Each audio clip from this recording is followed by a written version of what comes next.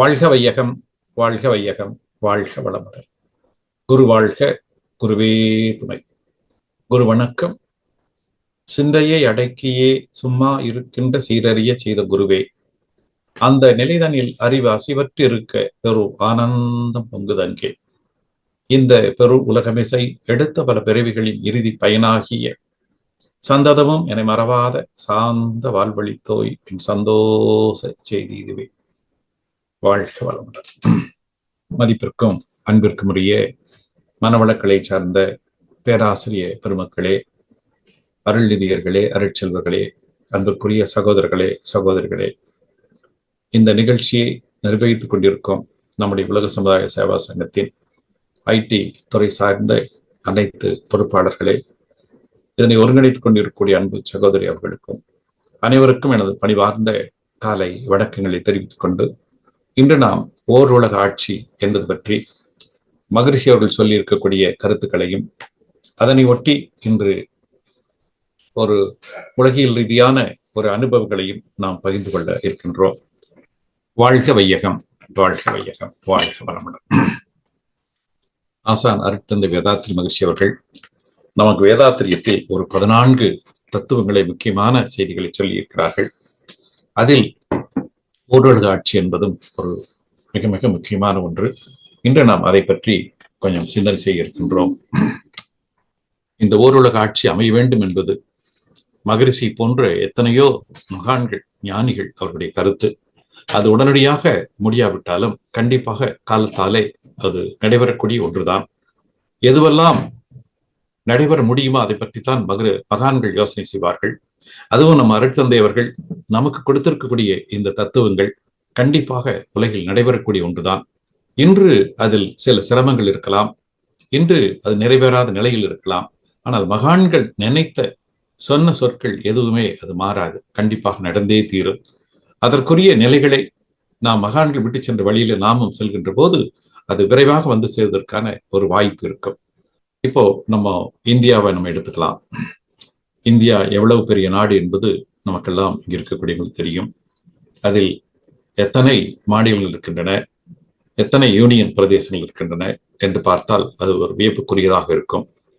இந்த இந்திய நாட்டினுடைய பெருமையை நம்ம எல்லாரும் உணர்ந்திருக்கிறோம், அதில் வாழ்ந்து கொண்டிருக்கிறோம், அதனுடைய நன்மைகளை நாம் அனுபவித்துக் கொண்டிருக்கிறோம்.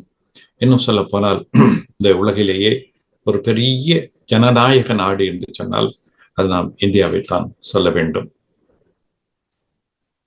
மக்கள் தொகையில் அதிகமான நாடு, அதே சமயத்தில் உலகம் முழுவதும் இருக்கக்கூடிய எல்லா மக்களுக்கும் ஒரு உதவி செய்யக்கூடிய நாடு என்ற வகையிலே இந்த இந்திய நாடு பல வகையில் போற்றுதலுக்குரிய நாடு. இன்று இந்த இந்திய நாட்டிலே ஒரு மைய அரசாங்கம் இருக்கிறது, சென்ட்ரல் கவர்மெண்ட் என்று சொல்கிறோம். அது ஒன்று ஒவ்வொரு மாநிலத்திற்கும் ஒரு அரசு தனியாக இருக்கிறது, அதை மாநில அரசாங்கம் என்று சொல்கின்றோம்.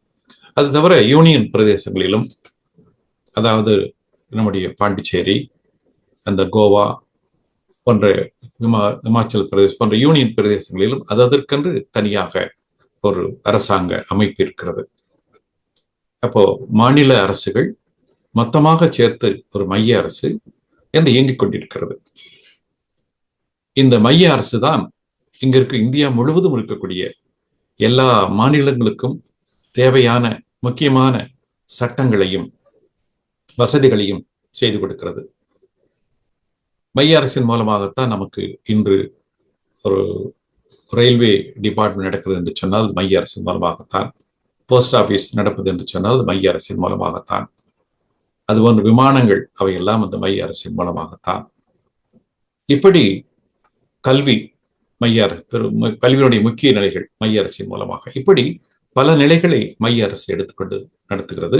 அதே சமயத்தில் ஒவ்வொரு மாநில அரசும் அந்த மாநில மக்களுக்கு தேவையான எல்லா வசதிகளையும் அவர்கள் செய்து கொடுக்கிறார்கள். ஒரு பஞ்சாயத்து என்ற நிலையில் ஆரம்பித்து தாலுக் என்ற நிலையிலிருந்து ஒரு வட்டம், மாவட்டம் என்ற நிலை வரை, கார்பரேஷன், பல நிலைகளில் இந்த மாநில அரசு பொறுப்பெடுத்துக் கொண்டு மக்களுக்கு வேண்டிய எல்லா வசதிகளையும் செய்து கொண்டிருக்கிறார்கள். அந்த மக்களுக்கு ஏதும் பாதிப்பு வராமல் இருப்பதற்கும் துன்பங்களை தவிர்ப்பதற்கும் ஒரு மாநில அரசுகளுக்கு பாதுகாப்பாக அந்த போலீஸ் துறை என்பது இருந்து கொண்டிருக்கிறது. அதன் மூலமாக குற்றங்கள் நடைபெறாமல் தடுப்பதற்கு அவர்கள் உதவி செய்து கொண்டிருக்கிறார்கள். அதே போன்று மைய அரசு மொத்தமாக அதற்கு இராணுவம் என்ற ஒரு அமைப்பு இருக்கிறது. அந்த இராணுவம் என்ற அமைப்பின் மூலமாக அவர்கள் வெளி நாட்டினர் நம்முடைய நாட்டின் மீது தாக்குதல் நடத்தாத வகையிலும், நம்முடைய எல்லைகளை பாதுகாக்கக்கூடிய வகையிலும், தேவைப்படுகின்ற போது மக்களுக்கு ஒரு வெள்ள காலத்திலோ ஒரு அபாய காலத்திலோ ஒரு உதவி செய்வதற்கும் அந்த மைய அரசு நமக்கு உதவி கொண்டிருக்கிறது. இப்படி மைய அரசும் மாநில அரசும் ஒன்று இணைந்து இங்கு நடந்து கொண்டிருக்கிறது. மாநில அரசுக்கு முழு சுதந்திரம் இருக்கிறது, மைய அரசுக்கு முழு சுதந்திரம் இருக்கிறது. எல்லா மக்களும் சேர்ந்து இந்தியர்கள் என்று சொல்லிக் கொள்வதிலே பெருமை அடைகிறார்கள். இங்கு தனித்தனியாக நாம் இந்தந்த பகுதியை சேர்ந்தவர்கள் என்று சொல்வதை விட இந்தியா முழுவதும் இருக்கக்கூடிய மக்கள் இந்தியர்கள் என்று சொல்லிக் கொள்வதிலே பெருமை அடைகிறார்கள். இப்ப இது ஏன் இப்பொழுது நாம் பேசுகிறோம் என்று சொன்னால், அந்த ஓருலக ஆட்சி அதனுடைய பெருமையை உணர்வதற்காக இப்ப பார்க்கிறோம். இப்ப இதே இந்த இந்தியா நம்முடைய சுதந்திரம் 1947 சுதந்திரம் வாங்குவதற்கு முன்னர் கிட்டத்தட்ட ஒரு 600 அரசர்களுக்கு மேலே இருந்தார்கள். நினைச்சு பாருங்க, இன்னைக்கு நம்ம ஒரு 30-32 மாநிலங்கள் இருக்கிறோம், ஒரு 6-7-8 யூனியன் பிரதேசங்கள் இருக்கிறது. இதெல்லாம் சரி. ஆனா இதே பகுதி தான் நம்ம சுதந்திரம் வாங்குவதற்கு முன்னர் இங்கு கிட்டத்தட்ட ஒரு 600 அரசர்கள் இருந்தார்கள். நமக்கு தெரியும், தமிழ்நாட்டிலே நமக்கு சேர, சோழ, பாண்டியர்கள் என்று இருந்த நிலை. அது தவிர பல வகையான ஆட்சிகள் இங்கு நடந்தது. இப்படி இந்தியா முழுவதும் பார்த்தால், அப்பொழுது நாம் பிரிவதற்கு முன்னர் பாகிஸ்தான், பங்களாதேஷ் எல்லாம் கூட ஒன்றாக இருந்த நிலை. அப்போ ஒரு 600 அரசர்கள் இருந்தார்கள். 600 அரசர்களுக்கும் தனித்தனியாக படை என்பது இருந்தது, தனித்தனியாக எல்லை கோடுகள் இருந்தன. ஆனால் இன்று இந்தியா சுதந்திரம் பெற்ற பிறகு இந்த 600 அரசர்களும் ஒன்று சேர்ந்து ஒரு முழு இந்தியாவை உருவாக்கி இருக்கிறார்கள். ஒரே ஒரு இராணுவம் தான் இந்தியா முழுவதும் இருந்து கொண்டிருக்கிறது. எந்த ஒரு வெளிநாட்டின் துன்பம் வந்தாலும் அந்த இராணுவம் அதை பாதுகாத்துக் கொள்கிறது, அந்த எல்லையை அது பராமரித்துக் கொள்கிறது. அது தவிர நாட்டு மக்களுக்கு வேண்டிய ஒரு எமர்ஜென்சி காலத்தில் செய்ய வேண்டிய பணிகளையும் அவர்கள் செய்து கொண்டிருக்கிறார்கள். நாட்டு மக்களுக்கு வேண்டிய முக்கியமான பொறுப்புகளை அந்த மைய அரசு எடுத்துக்கொண்டு அது செய்து கொண்டிருக்கிறது. அதே சமயத்தில் மாநில அரசுகளும் சுதந்திரமாக இயங்கிக் கொண்டிருக்கின்றன. மக்களின் வளர்ச்சிக்காக, மக்களின் நலனுக்காக, அவருடைய துன்பங்களை போக்கக்கூடிய வகையில் அந்த கல்வி என்ற நிலையிலும், மற்ற பொருளாதார நிலைகளிலும், உற்பத்தி வகையிலும், எல்லா நிலைகளிலும் அந்த மாநில அரசு அந்த மக்களுக்கு வேண்டிய தேவைகள் எல்லாம் செய்து கொண்டிருக்கிறது. இருவரும் இணைத்து அந்த மக்கள் நலனுக்காக பாடுபட்டுக் கொண்டிருக்கிறார்கள். இதே போன்று ஏன் உலகம் முழுவதும் வரக்கூடாது? இந்த உலகத்தில் 200 நாடுகள் இருக்கின்றன. எப்படி இங்கு மாநிலங்கள் ஒன்று சேர்ந்து ஒரு மைய அரசை உருவாக்குறதோ, அப்படி எல்லா நாடுகளும் அவருடைய தனித்தனி சுதந்திரத்தை பாதுகாத்துக் கொண்டு எல்லா நாடுகளும் இணைந்து அதே சமயத்தில் ஓர் உலக ஆட்சி என்று சொல்லி எல்லா நாடுகளுக்கும் சேர்ந்து ஒரு பொதுவான ஒரு அரசை உருவாக்கலாம். அந்த பொதுவான அரசுக்கு கீழாக இராணுவம் இருக்கலாம். ஒரே ஒரு இராணுவம் போதும், தனித்தனியாக இராணுவம் வேண்டியதில்லை. இன்று ஏன் இந்த இராணுவம்? நம்முடைய எல்லைகளை பாதுகாப்பதற்கு தானே இந்த இராணுவத்தினுடைய முக்கிய பயன். அப்ப அந்த எல்லைகளை பாதுகாக்கக்கூடிய பொறுப்பை அந்த ஓர் உலக ஆட்சியில் இருக்கக்கூடிய ஒரு இராணுவம் எடுத்துக்கொண்டால் தனித்தனியாக யாரும் இராணுவம் வைத்துக் கொள்ள வேண்டிய அவசியம் இல்லை. அதற்காகக்கூடிய செலவுகளை எல்லாம் அந்த வறுமை கோட்டுக்கு கீழே இருக்கக்கூடிய மக்களுக்கு, நாட்டினுடைய வளர்ச்சிக்கு அதை பயன்படுத்தலாம். இன்று உலகம் முழுவதும் இராணுவத்திற்காக அவ்வளவு செலவு செய்து கொண்டிருக்கிறார்கள். அங்கே பல இடங்களில் குடிப்பதற்கு தண்ணீர் இல்லாமல், உண்ணுவதற்கு உணவு இல்லாமல் அங்கே மனிதர்கள் மடிந்து கொண்டிருக்கிறார்கள். ஆனால் ஒவ்வொரு நாட்டிலும் இராணுவத்திற்காக நிறைய செலவுகள் செய்து கொண்டிருக்கிறார்கள். யார் இந்த இராணுவத்தில் இருக்கிறார்கள்? நல்ல நினைத்துப்பார்கள், இளைஞர்கள் தான் இராணுவத்தில் இருக்கிறார்கள். அப்ப அந்த இளைஞர்களுடைய முழு ஆற்றலையும் அறிவையும் வீணாக்கி ஒருவரோடு ஒருவர் சண்டை போடுவதற்கு மட்டும் பயன்படுத்திக் கொண்டிருக்கிறோம். அதுவே உலகம் முழுவதும் சேர்ந்து ஒரே ஒரு அரசாக இருந்து ஒரு இராணுவம் இருந்தால் அத்தனை இளைஞர்களையும் நாம் எத்தனையோ காரியங்களுக்கு பயன்படுத்த முடியும். நாட்டின் வளர்ச்சிக்காக இன்னும் பல்வேறு நிலைகளில் நாம் அவர்களை பயன்படுத்த முடியும். அந்த அறிவும் ஆற்றலும் இன்று ஒருவரை ஒருவர் சண்டை போடுவதற்காக இராணுவம் என்ற நிலையிலே அது மாறிக்கொண்டிருக்கிறது. ஆகவே இவற்றையெல்லாம் மகான்களும் சித்தர்களும் தத்துவ ஞானிகளும் யோசனை செய்துதான் இது போன்று ஒருவருக்கொருவர் நாம் சண்டை போட்டுக் கொள்வதற்காக பிறந்திருக்கிறோம். இல்லை, ஒரு அமைதியாக நிறைவாக வாழ்வதற்குத்தான் பிறந்திருக்கிறோம். ஆகவே இன்று உலகம் வளர்ந்து வரக்கூடிய நிலையிலே, நாம் ஒருவரை ஒருவர் புரிந்து கொள்ளக்கூடிய நிலையிலே, நமக்குள்ளே இருக்கக்கூடிய பரஸ்பர நம்பிக்கை, இன்று நமக்கு செய்தி தொடர்பும் உலகம் முழுவதும் நாம் பார்க்க முடியும், பேச முடியும் என்ற நிலை வந்து கொண்டிருக்கும் போது ஏன் ஓருலக ஆட்சி கூடாது? கண்டிப்பாக ஓருலக ஆட்சி அமைய வேண்டும். அதையெல்லாம் யோசனை செய்துதான் பல ஞானிகளும் மகான்களும் சொல்லியிருக்கிறார்கள். அருட்தந்தை வேதாத்ரி மகர்ஷி அவர்களும் அதை பற்றி பேசியிருக்கிறார்கள். அப்போ இன்று இத்தனை மாநிலமாக இருக்கக்கூடிய இந்தியா ஒன்றிணைந்து ஒரு நாடாக, இந்திய நாடாக இருக்கிறது. பெருமைக்குரிய நாடாக இருக்கிறது. கலாச்சார மதிப்புமிக்க நாடாக இருக்கிறது. ஒரே ஒரு இராணுவம் தான் இருக்கிறது. அதே சமயத்தில் எல்லா மாநிலங்களும் சுமூகமாக இயங்கிக் கொண்டிருக்கின்றன. அவர்களுக்கு தேவையான பாதுகாப்பை கொடுப்பதற்கு அந்தந்த மாநிலங்களில் தனித்தனியாக அந்த போலீஸ் பிரிவுகள் இருக்கிறது. ஒரு எமர்ஜென்சி காலத்தில், ஒரு வெள்ள காலத்தில் அல்லது ஒரு நிலநடுக்க போன்ற துயரங்கள் நடக்கின்ற போது உதவி செய்வதற்கு மத்திய இராணுவம் அவர்களுக்கு துணை நின்று உதவி செய்து கொண்டிருக்கிறது. இப்படி அந்த மாநிலங்களும் மத்திய அரசும் ஒன்றாக இணைந்து செயல்பட்டுக் கொண்டிருக்கின்றன. அதே போன்று 200 நாடுகள் இருக்கின்றன. 200 நாடுகளும் எப்படி இந்த மாநிலங்கள் இருக்கிறதோ அதுபோன்று சுதந்திரமாக செயல்பட்டுக் கொண்டு 200 நாடுகளும் சேர்ந்து ஒரு பொதுவான அரசை உருவாக்கி அந்த அரசுக்கு ஒரு இராணுவ பலத்தை கொடுத்து எல்லா நாடுகளுக்கும் வேண்டிய உதவிகளை செய்யக்கூடிய நிலை வந்தால் எப்படி அமைதியாக இருக்கும் பாருங்கள். இன்று எத்தனையோ நாடுகள் செல்வ வளம் மிக்க நாடுகளாக இருக்கிறது. அபரிமிதமான உற்பத்தி வந்து கொண்டிருக்கிறது. அதே சமயத்தில் சில நாடுகள் வறுமை கோட்டுக்கு கீழே இருக்கிறார்கள், வாடிக்கொண்டிருக்கிறார்கள். ஒருவேளை உணவு கூட இல்லாமல் அங்கே மடிந்து கொண்டிருக்கிறார்கள். இப்படி ஓருலக ஆட்சி என்று வந்துவிட்டால் இந்த உலகமாக கூடிய எல்லா மக்களும் ஒரே கொடையின் கீழ் வருகின்ற போது எங்கும் யாரும் ஏழ்மை என்ற நிலை இருக்காது, துன்பம் என்ற நிலை இருக்காது, போர், பகை, அச்சம் என்ற நிலை இருக்காது. இவையெல்லாம் மாற வேண்டும் என்பதற்குத்தான் மகான்கள் நமக்கு சொல்லி இருக்கிறார்கள். இப்ப நம்ம இந்தியாவை பார்த்து, அப்ப இந்தியாவில் எப்படி இத்தனை மாநிலம் ஒன்று சேர்ந்து ஒரு மைய அரசு இருக்கிறதோ அதே போன்று எல்லா நாடுகளும் ஒன்று சேர்ந்து அது ஒரு ஓருலக ஆட்சி வர வேண்டும் என்று நினைக்கிறோம். இப்ப அடுத்ததாக இந்தியாவுடைய ஒரு மக்கள் தொகை பார்த்தோம்னா, இந்தியாவில் இத்தனை மாநிலங்கள் இருக்கின்றன. ஒவ்வொரு மாநிலத்திலும் அதிகமான அந்த மக்கள் தொகை பார்த்தீங்கன்னா நம்ம நீங்க ஒரு அப்ராக்சிமேட்டா அந்த ஸ்லைட்ல பார்க்கலாம். சரி,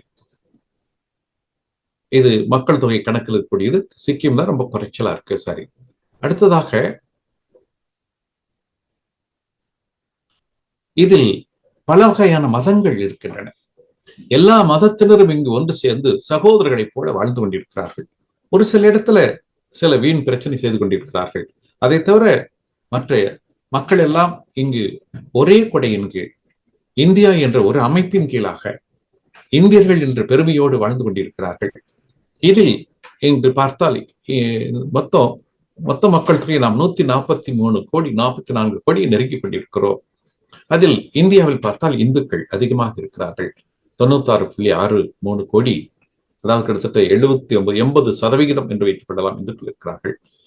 முஸ்லிம் ஒரு 17.2 கோடி, அதாவது 14%. கிறிஸ்தவர்கள் 2.78 கோடி, 2.3%. சிக் என்று சொல்லக்கூடிய சிக்கிம் அவர்கள் வந்து 2 கோடி. அடுத்தது புத்த மதத்தில் சேர்ந்தவர்கள் 1 கோடிக்கும் கீழாக 84 லட்சம். இத்தனைக்கு புத்த மதம் உருவாக்கிய நாடே இந்தியா தான். இங்கிருந்து வெளியே சென்று அது இன்று சைனா, மலேசியா, சிங்கப்பூர், ஜப்பான் என்று பல நாடுகளுக்கு அது பரவி இருக்கிறது. ஆனால் இங்கு இந்தியாவுடைய மக்கள் தொகை சுமாராக 84 லட்சம் தான். ஜைன மதம், புத்த மதத்தை போன்றே உருவான இன்னொரு மதம் ஜைன மதம், அது ஒரு 45 லட்சம் மக்கள் இருக்கிறார்கள். மற்ற மதங்கள் வேறு வேறு சின்ன சின்ன நிலையில் மதங்கள்லாம் சேர்ந்து ஒரு 80 லட்சம் இருக்கிறார்கள். மதம் என்று குறிப்பிடாமல் பொதுவாக இருக்கக்கூடியவர்கள் ஒரு 28 லட்சம் இருக்கிறார்கள். இப்படி ஒரு 144 கோடி மக்கள் இங்கே வாழ்ந்து கொண்டிருக்கிறார்கள். இந்த இந்தியா முழுவதும் இது இந்தியா மதச்சார்பற்ற நாடு, எல்லா மதங்களையும் மதிக்கக்கூடிய நாடு, எல்லோருக்கும் உதவி செய்வதற்காக அமைந்திருப்பதுதான் இந்த மாநில அரசும் மைய அரசும். இந்த மாநில அரசுக்கோ மைய அரசுக்கோ எந்த மதச்சார்பும் இல்லை. பொதுவாக இது செக்குலர் கண்ட்ரி என்று சொல்கிறார்கள். அப்படி இது நடந்து கொண்டிருக்கிறது. அடுத்து இதே போன்று உலகத்தை பார்ப்போம். இன்று உலகம் முழுவதும் பார்க்கின்ற போது எத்தனை நாடுகள், கிட்டத்தட்ட ஒரு 200 நாடுகள் இருக்கின்றன. இங்க பாருங்க, இந்த பக்கம் நமக்கு அமெரிக்கா கண்டம் இருக்கிறது, அப்புறம் ஆப்பிரிக்கா கண்டம் இருக்கிறது, இங்கே ஐரோப்பா கண்டம் இங்கே இருக்கிறது. அடுத்தது ஆசியா கண்டம், அதுல நம்ம இந்தியா, சைனா, ரஷ்யாவில் அவருடைய ஆசியா கண்டம் இருக்கிறது. ஆஸ்திரேலியா கண்டம் இருக்கிறது. இப்படி பல கண்டங்கள் இருக்கிறது. ஒவ்வொன்றுக்குள்ளும் பல நாடுகள் இருக்கின்றன. அதே மாதிரி நம்ம பார்த்துக்கிட்டோம்னாக்கோ இந்த அமெரிக்காவை பார்க்கணும். வட அமெரிக்கா, தென் அமெரிக்கா, வட அமெரிக்காவில் தான் நம்ம யுனைடெட் ஸ்டேட்ஸ் ஆஃப் அமெரிக்கா இருக்கிறது, கனடா இருக்கிறது, மெக்சிகோ இருக்கிறது. அதே போன்று தென் அமெரிக்கா என்று பார்க்கின்ற போது இங்குதான் அந்த தென் அமெரிக்காவிலே பிரேசில் என்று சொல்லக்கூடிய நாடு இருக்கிறது, பெரு என்று சொல்லக்கூடிய நாடு, அர்ஜென்டினா என்று சொல்லக்கூடிய நாடு. இப்படி பல நாடுகள் இந்த அமெரிக்கா கண்டத்தில் இருக்கின்றன.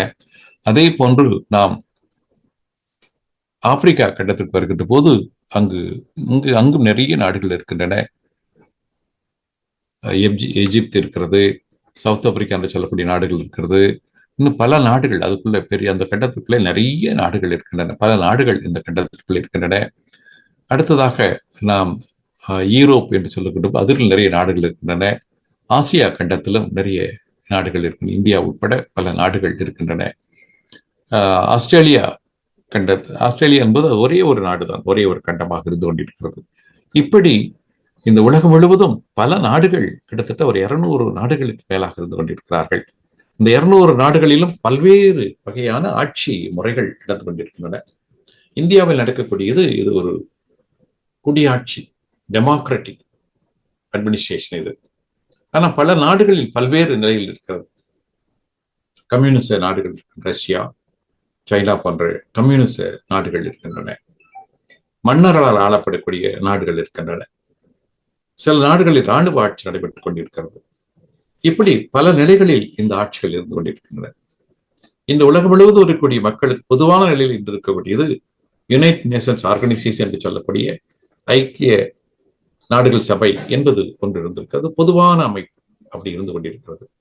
அப்ப இத்தனை நாடுகளும் சேர்ந்து ஏன் ஓர் உலக ஆட்சி ஏற்படுத்தக்கூடாது? இந்தியாவில் 600 அரசுகள் இருந்தார்கள். இன்று ஒரே ஒரு மைய ஆட்சி இருக்கிறது, நன்றாக நடந்து கொண்டிருக்கிறது.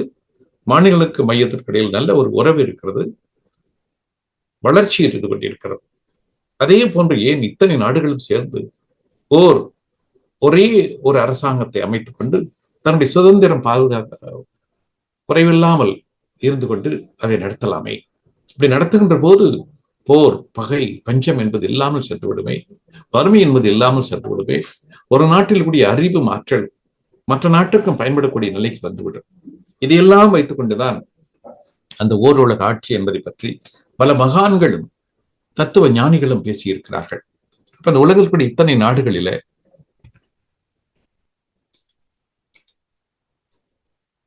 அதுல பாருங்க, மக்கள் தொகை பார்த்தீங்கன்னா இந்தியாவில் எடுத்துட்டீங்கன்னா கிட்டத்தட்ட 143 கோடி, சைனா 141 கோடி, யுனைடெட் ஸ்டேட்ஸ் பார்த்தீங்கன்னா அது வெறும் 34 கோடி தான். பாருங்க, நம்ம இந்தியாவுடைய மக்கள் தொகை அந்த யுனைடெட் ஸ்டேட்ஸ் விட கிட்டத்தட்ட 4 மடங்கு அதிகமாக இருக்கிறது. இந்தோனேசியா 28 கோடி, பாகிஸ்தான் 24 கோடி, நைஜீரியா 23, பிரேசில் 22 கோடி, பங்களாதேஷ் 17 கோடி, ரஷ்யா வெறும் 14 கோடி தான். இப்படி ஒவ்வொரு நாடு பார்த்துட்டு வந்தா மக்கள் தொகை அது மொத்தமாக பார்க்கின்ற போது கிட்டத்தட்ட ஒரு 800 கோடி மக்களுக்கு மேலாக இருந்து கொண்டிருக்கிறார்கள். அப்ப இத்தனை நாடுகளும் ஏன் ஒன்று சேர்ந்து ஒரு அமைப்பாக வரக்கூடாது? இதுல வறுமை கோட்டுக்கு கீழே இருக்கக்கூடியவர்கள் எல்லாம் பார்த்தோம்னாக்கும், அதாவது இந்தியாவில் நம்ம எடுத்துட்டா இன்னும் ஒரு 10 to 12% வறுமை கோட்டு கீழே இருக்கிறார்கள். சைனாவில் ரொம்ப குறைச்சலா இருக்கு, 1% கீழே இருக்கு. யுனைடெட் ஸ்டேட்ஸ்ல கூட அப்படி இருக்கிறார்கள். இதெல்லாம் பார்த்தீங்கன்னாக்கா வறுமை கோட்டுக்கு கீழே இருக்கக்கூடியது. அதில் அதிகமா பாருங்க, நைஜீரியாவில் 40%, பாகிஸ்தான்ல 35%, எத்தியோப்பியில 25%, டெமோக்ராட்டிக் ரிபப்ளிக் காங்கோன்னு சொல்லக்கூடிய 60% மக்கள் வறுமை கீழே இருக்கிறார்கள், வறுமையால் துன்பப்பட்டுக் கொண்டிருக்கிறார்கள். சவுத் ஆப்பிரிக்காவில் 55%. இப்படி உலகம் முழுவதும் இருக்கக்கூடிய மக்கள் எத்தனையோ பேர் இன்னும் வறுமை கோட்டுக்கு கீழே இருந்து கொண்டு ஒருவேளை கூட உணவு உண்ண முடியாமல், சரியான துணிமணிகள் இல்லாமல், வீடு வசதி இல்லாமல் துன்பப்பட்டுக் கொண்டிருக்கிறார்களே. அப்ப இந்த துன்பமெல்லாம் போக்க வேண்டும் என்று சொன்னால் ஒரு இடத்திலே செல்வம் அதிகமாக இருக்கிறது, பல வசதிகள் இருக்கின்றன, இன்னொரு இடத்தில் சாப்பிடக்கூட முடியாத அளவிற்கு ஒரு ஏழ்மை இருந்து கொண்டிருக்கிறது. இது ஏன் இப்படி இருக்க வேண்டும்? இது மனிதன் பிறந்தது தவறா? இந்த நாட்டில் பிறந்தது தவறா? இல்லை, இன்று எல்லாம் சிந்திக்கக்கூடியவர்கள், சிந்தனையாளர்கள், அறிஞர்கள். ஆகவே எல்லோரும் சிந்தனை செய்து நாட்டில் எந்த மூலையிலும் வறுமை இருக்கக்கூடாது, துன்பம் இருக்கக்கூடாது, எல்லா மக்களும் சரியான வசதிகளை பெற வேண்டும் என்று எண்ணினால் கண்டிப்பாக ஒரு மாற்றத்தை கொடுக்க முடியும். அதையெல்லாம் வைத்துக் கொண்டுதான் அருட்தந்தை வேதாத்ரி மகரிஷி சொல்கிறார். பாருங்கள், எப்படிப்பட்ட ஒரு அற்புதமான கருத்து. எங்கெங்கும் உலகினிலே பிறப்போர்க்கெல்லாம் இவ்வுலகம் சொந்தம் என்ற உண்மையேற்று தங்கத்தின் மதிப்பு தனி மனிதன் சொத்து, தாய் தந்தை மக்கள் என்ற பாசம் போக்கி அங்கங்கும் தொழில் சமையல் பொதுவாய் செய்து ஆன்மீக நாட்டமுடன் வாழ்தற்கேற்ற எங்கள் நாடென்று எவரும் பிரித்து சொல்ல இடமில்லா உலக பொது ஆட்சி காண்போம். எப்படிப்பட்ட ஒரு சிந்தனை பாருங்கள். அந்த மகானுக்கு எவ்வளவு ஆழமாக ஒரு இந்த உலகத்தை பற்றிய ஒரு பற்று இருந்தால், உலக மக்கள் அனைவரும் நன்றாக இருக்க வேண்டும் என்ற ஒரு எண்ணம் அந்த அடிமனதில் இருந்தால் இப்படிப்பட்ட ஒரு அற்புதமான ஒரு கவி வந்திருக்கும். அதற்கு எப்படியெல்லாம் காரணங்கள் இருக்குன்னு சொல்லுகிறார். எங்கெங்கும் உலகினிலே பிறப்பவர்கள்லாம், இந்த உலகத்துல எந்த மொழியில பிறந்தாலும் சரி, இந்தியாவில் பிறக்கலாம், ஜப்பான்ல பிறக்கலாம், அமெரிக்காவில் பிறக்கலாம், ஆப்பிரிக்காவில் பிறக்கலாம், எங்கு பிறந்தாலும் சரி, இது நம்முடைய உலகம். இன்னைக்கு எப்படி இந்தியாவில் இருக்கக்கூடியவர்கள், இது நம்முடைய இந்தியா, நான் இந்தியன் என்று சொல்லிக்கொள்ள பெருமைக் கொள்கிறேன், இந்த பாரத மாதா என்று சொல்லிக்கொள்ள பெருமைக் கொள்கிறேன் என்று சொல்கிறோமோ, அதுபோன்று இந்த உலகம் எனக்கு சொந்தமானது. இந்த உலகத்திலே நான் பிறந்திருக்கிறேன். இந்த உலகம் முழுவதும் செல்வதற்கு எனக்கு உரிமை இருக்கு. எப்படி இந்தியாவில் காஷ்மீரிலிருந்து கன்னியாகுமரி வரை நீங்கள் எங்கு வேணுமோ செல்லலாம், எங்கு வேண்டுமெல்லாம் விவசாயம் செய்யலாம், எங்கு வேணாலும் வீடு கட்டி கொள்ளலாம், எங்கு வேணாலும் தொழில் செய்யலாம் என்ற உரிமை ஒவ்வொரு மனிதனுக்கும் இருக்கிறது. அதுபோன்று இந்த உலகம் முழுவதும் செல்வதற்கு எனக்கு உரிமை இருக்கிறது, உலகத்தில் எந்த பகுதியில் வேணாலும் வாழ்வதற்கு எனக்கு உரிமை இருக்கிறது என்று இவ்வுலகம் சொந்தம் என்ற உண்மை ஏற்று தங்கத்தின் மதிப்பு தனி மனிதன் சொத்து நினைச்சு பாருங்க. இன்னைக்கு தினம் பாத்தீங்கன்னா தங்கத்துடைய விலை கூடுது குறையுது, கூடுது குறையுது. இன்னைக்கு 1,10,10,000 1,20,000 என்று சொல்லி அந்த ஒரு பவுன் நகை சென்று கொண்டிருக்கிறது. அப்போ இதுவெல்லாம் பாருங்க, இது இப்போ இது நிறைய பேர் வீட்டில் வாங்கி வைத்துக் கொண்டிருக்கிறார்கள். இதற்காகவே நிறைய கடைகளை வைத்து வியாபாரம் செய்து கொண்டிருக்கிறார்கள். அப்புறம் இது தவிர ஒவ்வொரு மனிதனும் தனக்கு வீடு வேண்டும், வாசல் வேண்டும், கார் வேண்டும், பெரிய சொத்துக்கள் வேண்டும் என்று பல நிலைகளில் அதை சேர்த்து வைத்துக் கொண்டிருக்கிறார்கள். அப்போ எங்கெல்லாம் ஒரு அபரிமிதமான சொத்து சேர்கிறதோ இன்னொரு இடத்தில் அது இல்லாமல் போய்விடுகிறது. இன்று பொதுவாக என்ன சொல்கிறார்கள் என்று சொன்னால், இந்த உலகத்திலே ஒரு 5% மக்கள் எல்லா வகையான செல்வாக்கும் பெற்றிருக்கிறார்கள், வசதிகளை பெற்றிருக்கிறார்கள். 95% மக்கள் இன்னும் தங்கள் முழு தேவையும் பூர்த்தி செய்ய முடியாமல் இருக்கிறார்கள். ஆனால் இந்த 5% மக்களிடம் உலகத்தின் 95% சொத்துக்கள் இருக்கின்றன. மீதவருடைய 95% மக்களிடம் வெறும் 5% சொத்துக்கள் தான் இருக்கின்றன. அப்ப இப்படி வேற்றுமை இருந்தால் எப்படி இந்த உலகம் நடக்கும்? எப்படி ஒருவர் பட்டினியோடு இருந்து கொண்டு எப்படி நியாயமாக வாழ முடியும்? அவன் துன்பத்திற்கு ஆளாகிறான். ஆக வாழ்க்கையில தவறு செய்ய ஆரம்பிக்கின்றான். அவனை வன்முறையாளர் என்று சொல்லி ஒதுக்கி விடுகிறோம். ஆனால் வன்முறையாளர் மாற்றியது இந்த சமுதாயம் தானே. அதையெல்லாம் வைத்துக் கொண்டுதான் அருட்தந்தை சொல்கிறார்கள், குற்றவாளி பாவி என்று யாரும் இல்லை உலகிலே, குறைகளுக்கு காரணமோ பழைய சமுதாயம் என்று சொல்கிறார்கள்.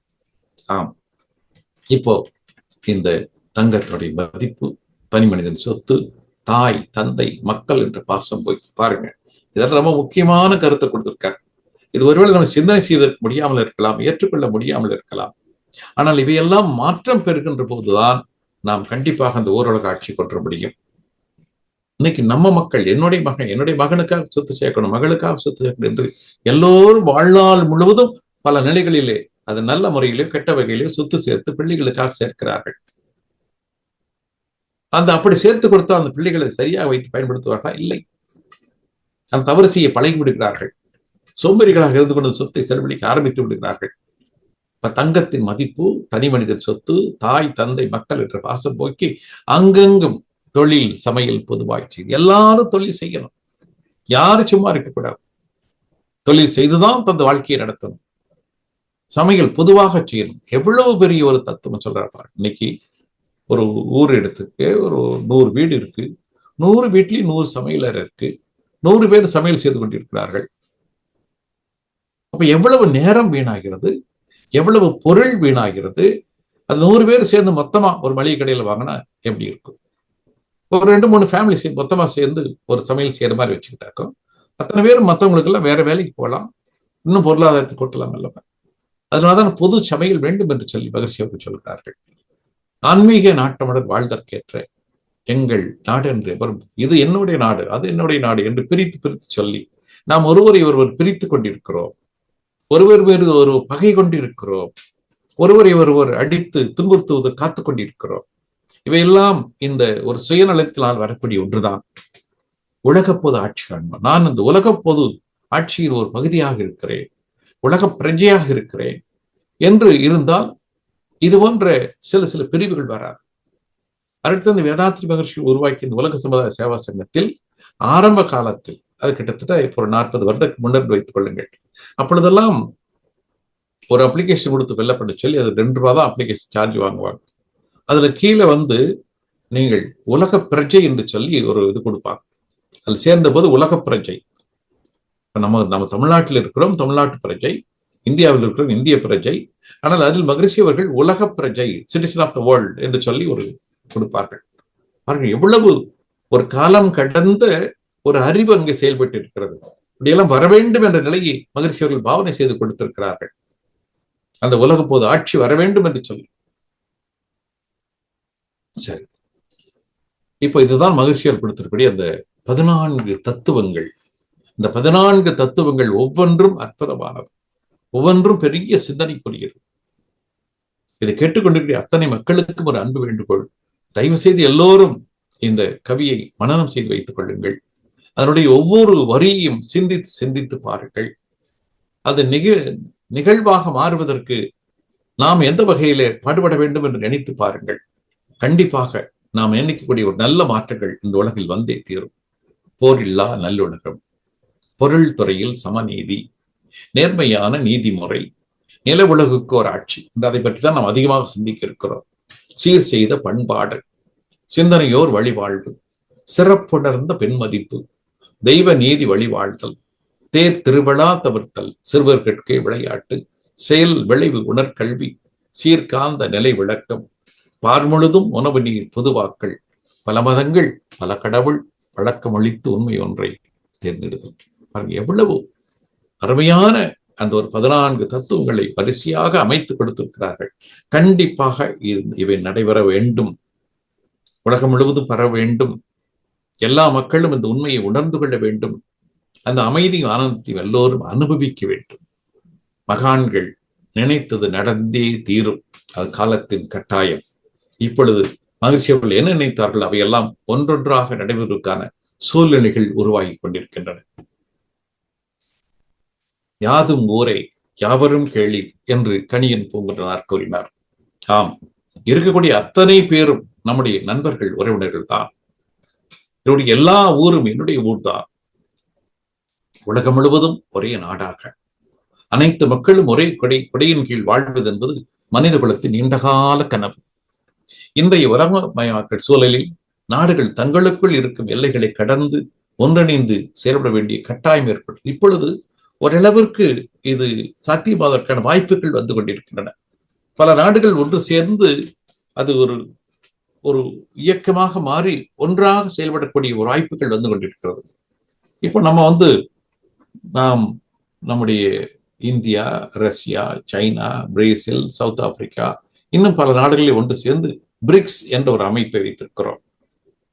அப்ப இதுல ஒரு 11-12 நாடுகள் சேர்ந்து ஒன்றாக ஒரு அமைப்பு. இது பொருளாதார ரீதியாக, மற்ற கலாச்சார ரீதியாக நாம் நிறைய செய்திகளை பகிர்ந்து கொள்வதற்கும் ஒருவரை ஒருவர் பாதுகாத்துக் கொள்வதற்குமான ஒரு நல்ல நிலையில் இருக்கிறது.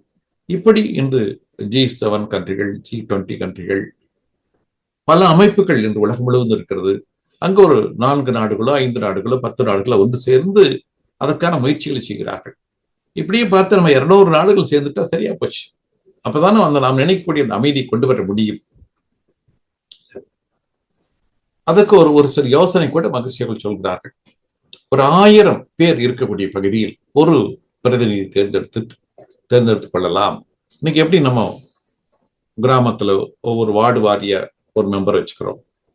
அப்புறம் அவங்க ஒண்ணு சேர்ந்து ஒரு பஞ்சாயத்துக்குள்ள ஒரு தலைவரை கொண்டுறாங்க. அந்த பஞ்சாயத்துக்கள் எல்லாம் ஒன்று சேர்ந்து அது யூனியன் என்று சொல்லக்கூடிய வகையிலே கொண்டு வருகிறார்கள். இப்படி எல்லாம் இருக்கிறதோ அது போன்று மகிழ்ச்சியர்கள் ஒரு ஆழமான திட்டத்தை சொல்கிறார்கள். மீண்டும் வேறொரு இடத்துல நம்ம சிந்திக்க இருக்கிறோம். ஒரு 1000 பேர் இருக்கக்கூடிய வகையில் ஒரு ரெப்ரசன்டேட்டிவ், ஒரு கவுன்சிலர், ஒரு பிரதிநிதி என்று வச்சுக்கணும். அந்த மாதிரி ஒரு 100 பேர் கவுன்சிலர் சேர்ந்து இணைத்து அது ஒரு வட்டமாக வைத்துக் கொள்ள வேண்டும். நம்ம தாலுக்கு என்று சொல்கிறோம். அது போன்று ஒரு நிலைகளை உருவாக்க வேண்டும்.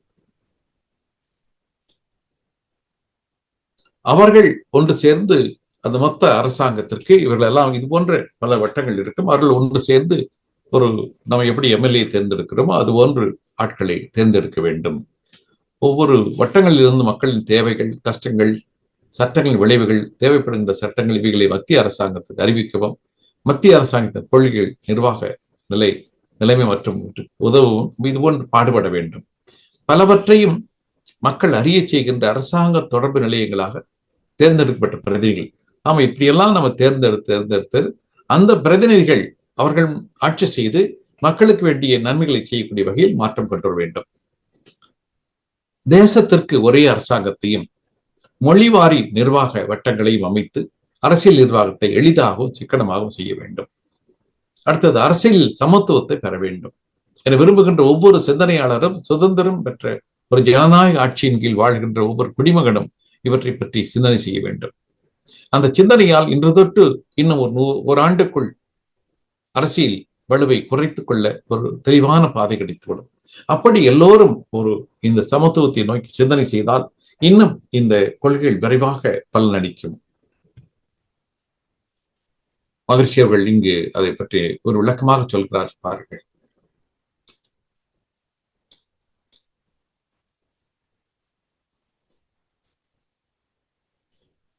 அதாவது இன்றைக்கு தனி மனிதர் சொத்து, நம்முடைய பாதுகாப்பு, உரிமை இப்படி எல்லாம் வைத்துக் கொண்டு பல நிலைகளில் சுயநலம் வாய்ந்தவர்களாக இருக்கிறோம்.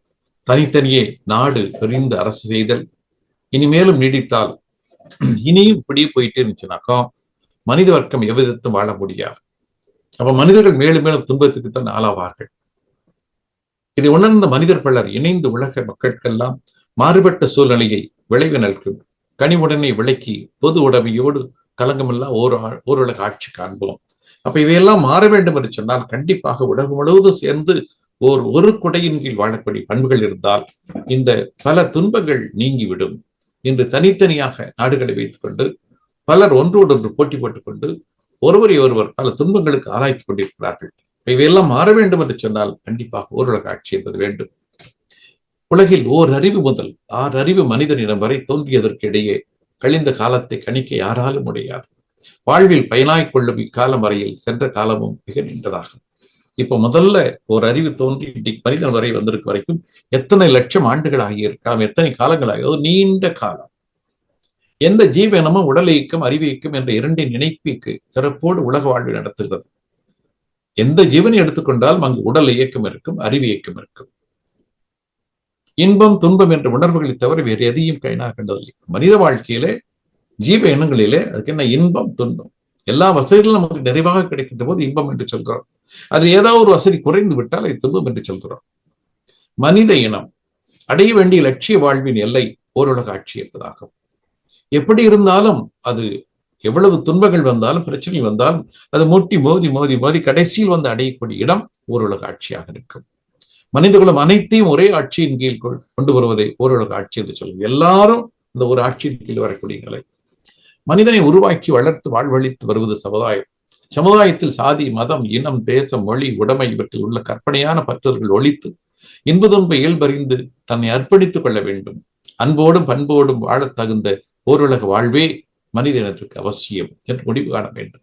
இன்னும் நமக்குள்ளே ஜாதி மதம் இனம் தேசம் மொழி படித்தவன் படிக்காதவன் ஏழை பணக்காரன் என்ற வேறுபாடில் இருந்து கொண்டிருந்தால் எப்படி இது நல்ல சமுதாயத்தை உருவாக்க முடியும்?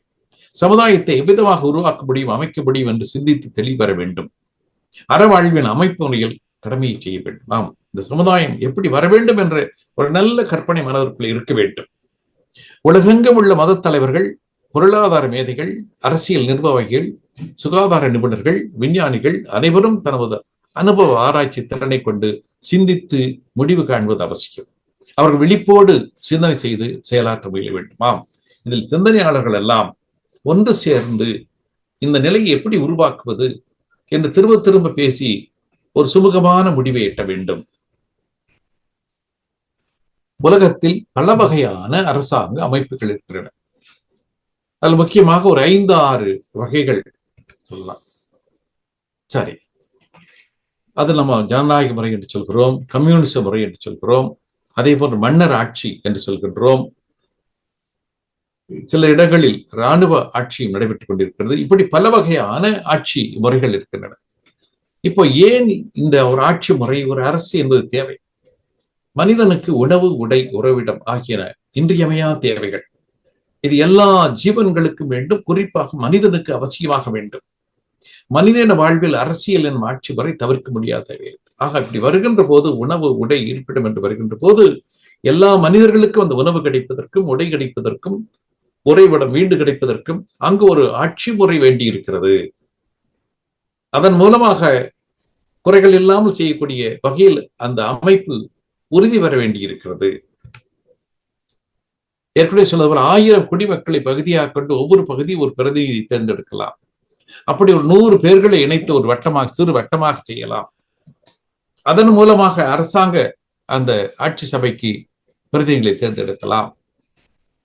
அந்த வட்டங்களில் உள்ள மக்களின் தேவைகள், கஷ்டங்கள், சட்டங்களின் விளைவுகள் இவையெல்லாம் அவர்கள் ஆராய்ச்சி அதற்கு உதவி செய்யலாம். இவர்களை மத்திய அரசாங்கத்திற்கு அறிவிக்கவும், மத்திய அரசாங்கத்தின் கொள்கைகள், நிர்வாக நிலைமை மற்றும் பலவற்றை மக்கள் அறிய செய்கின்ற அரசாங்க தொடர்பு நிலையங்களாக சட்டமன்றம். சட்டமன்றம் என்பது மக்களுக்கு உதவி செய்வதற்காக மக்களால் தேர்ந்தெடுக்கப்பட்டவர்கள். மக்களுக்கு வேண்டிய நன்மைகளை ஓடி ஓடி தேடி பிடித்து செய்து கொண்டிருக்கக்கூடிய நிலை.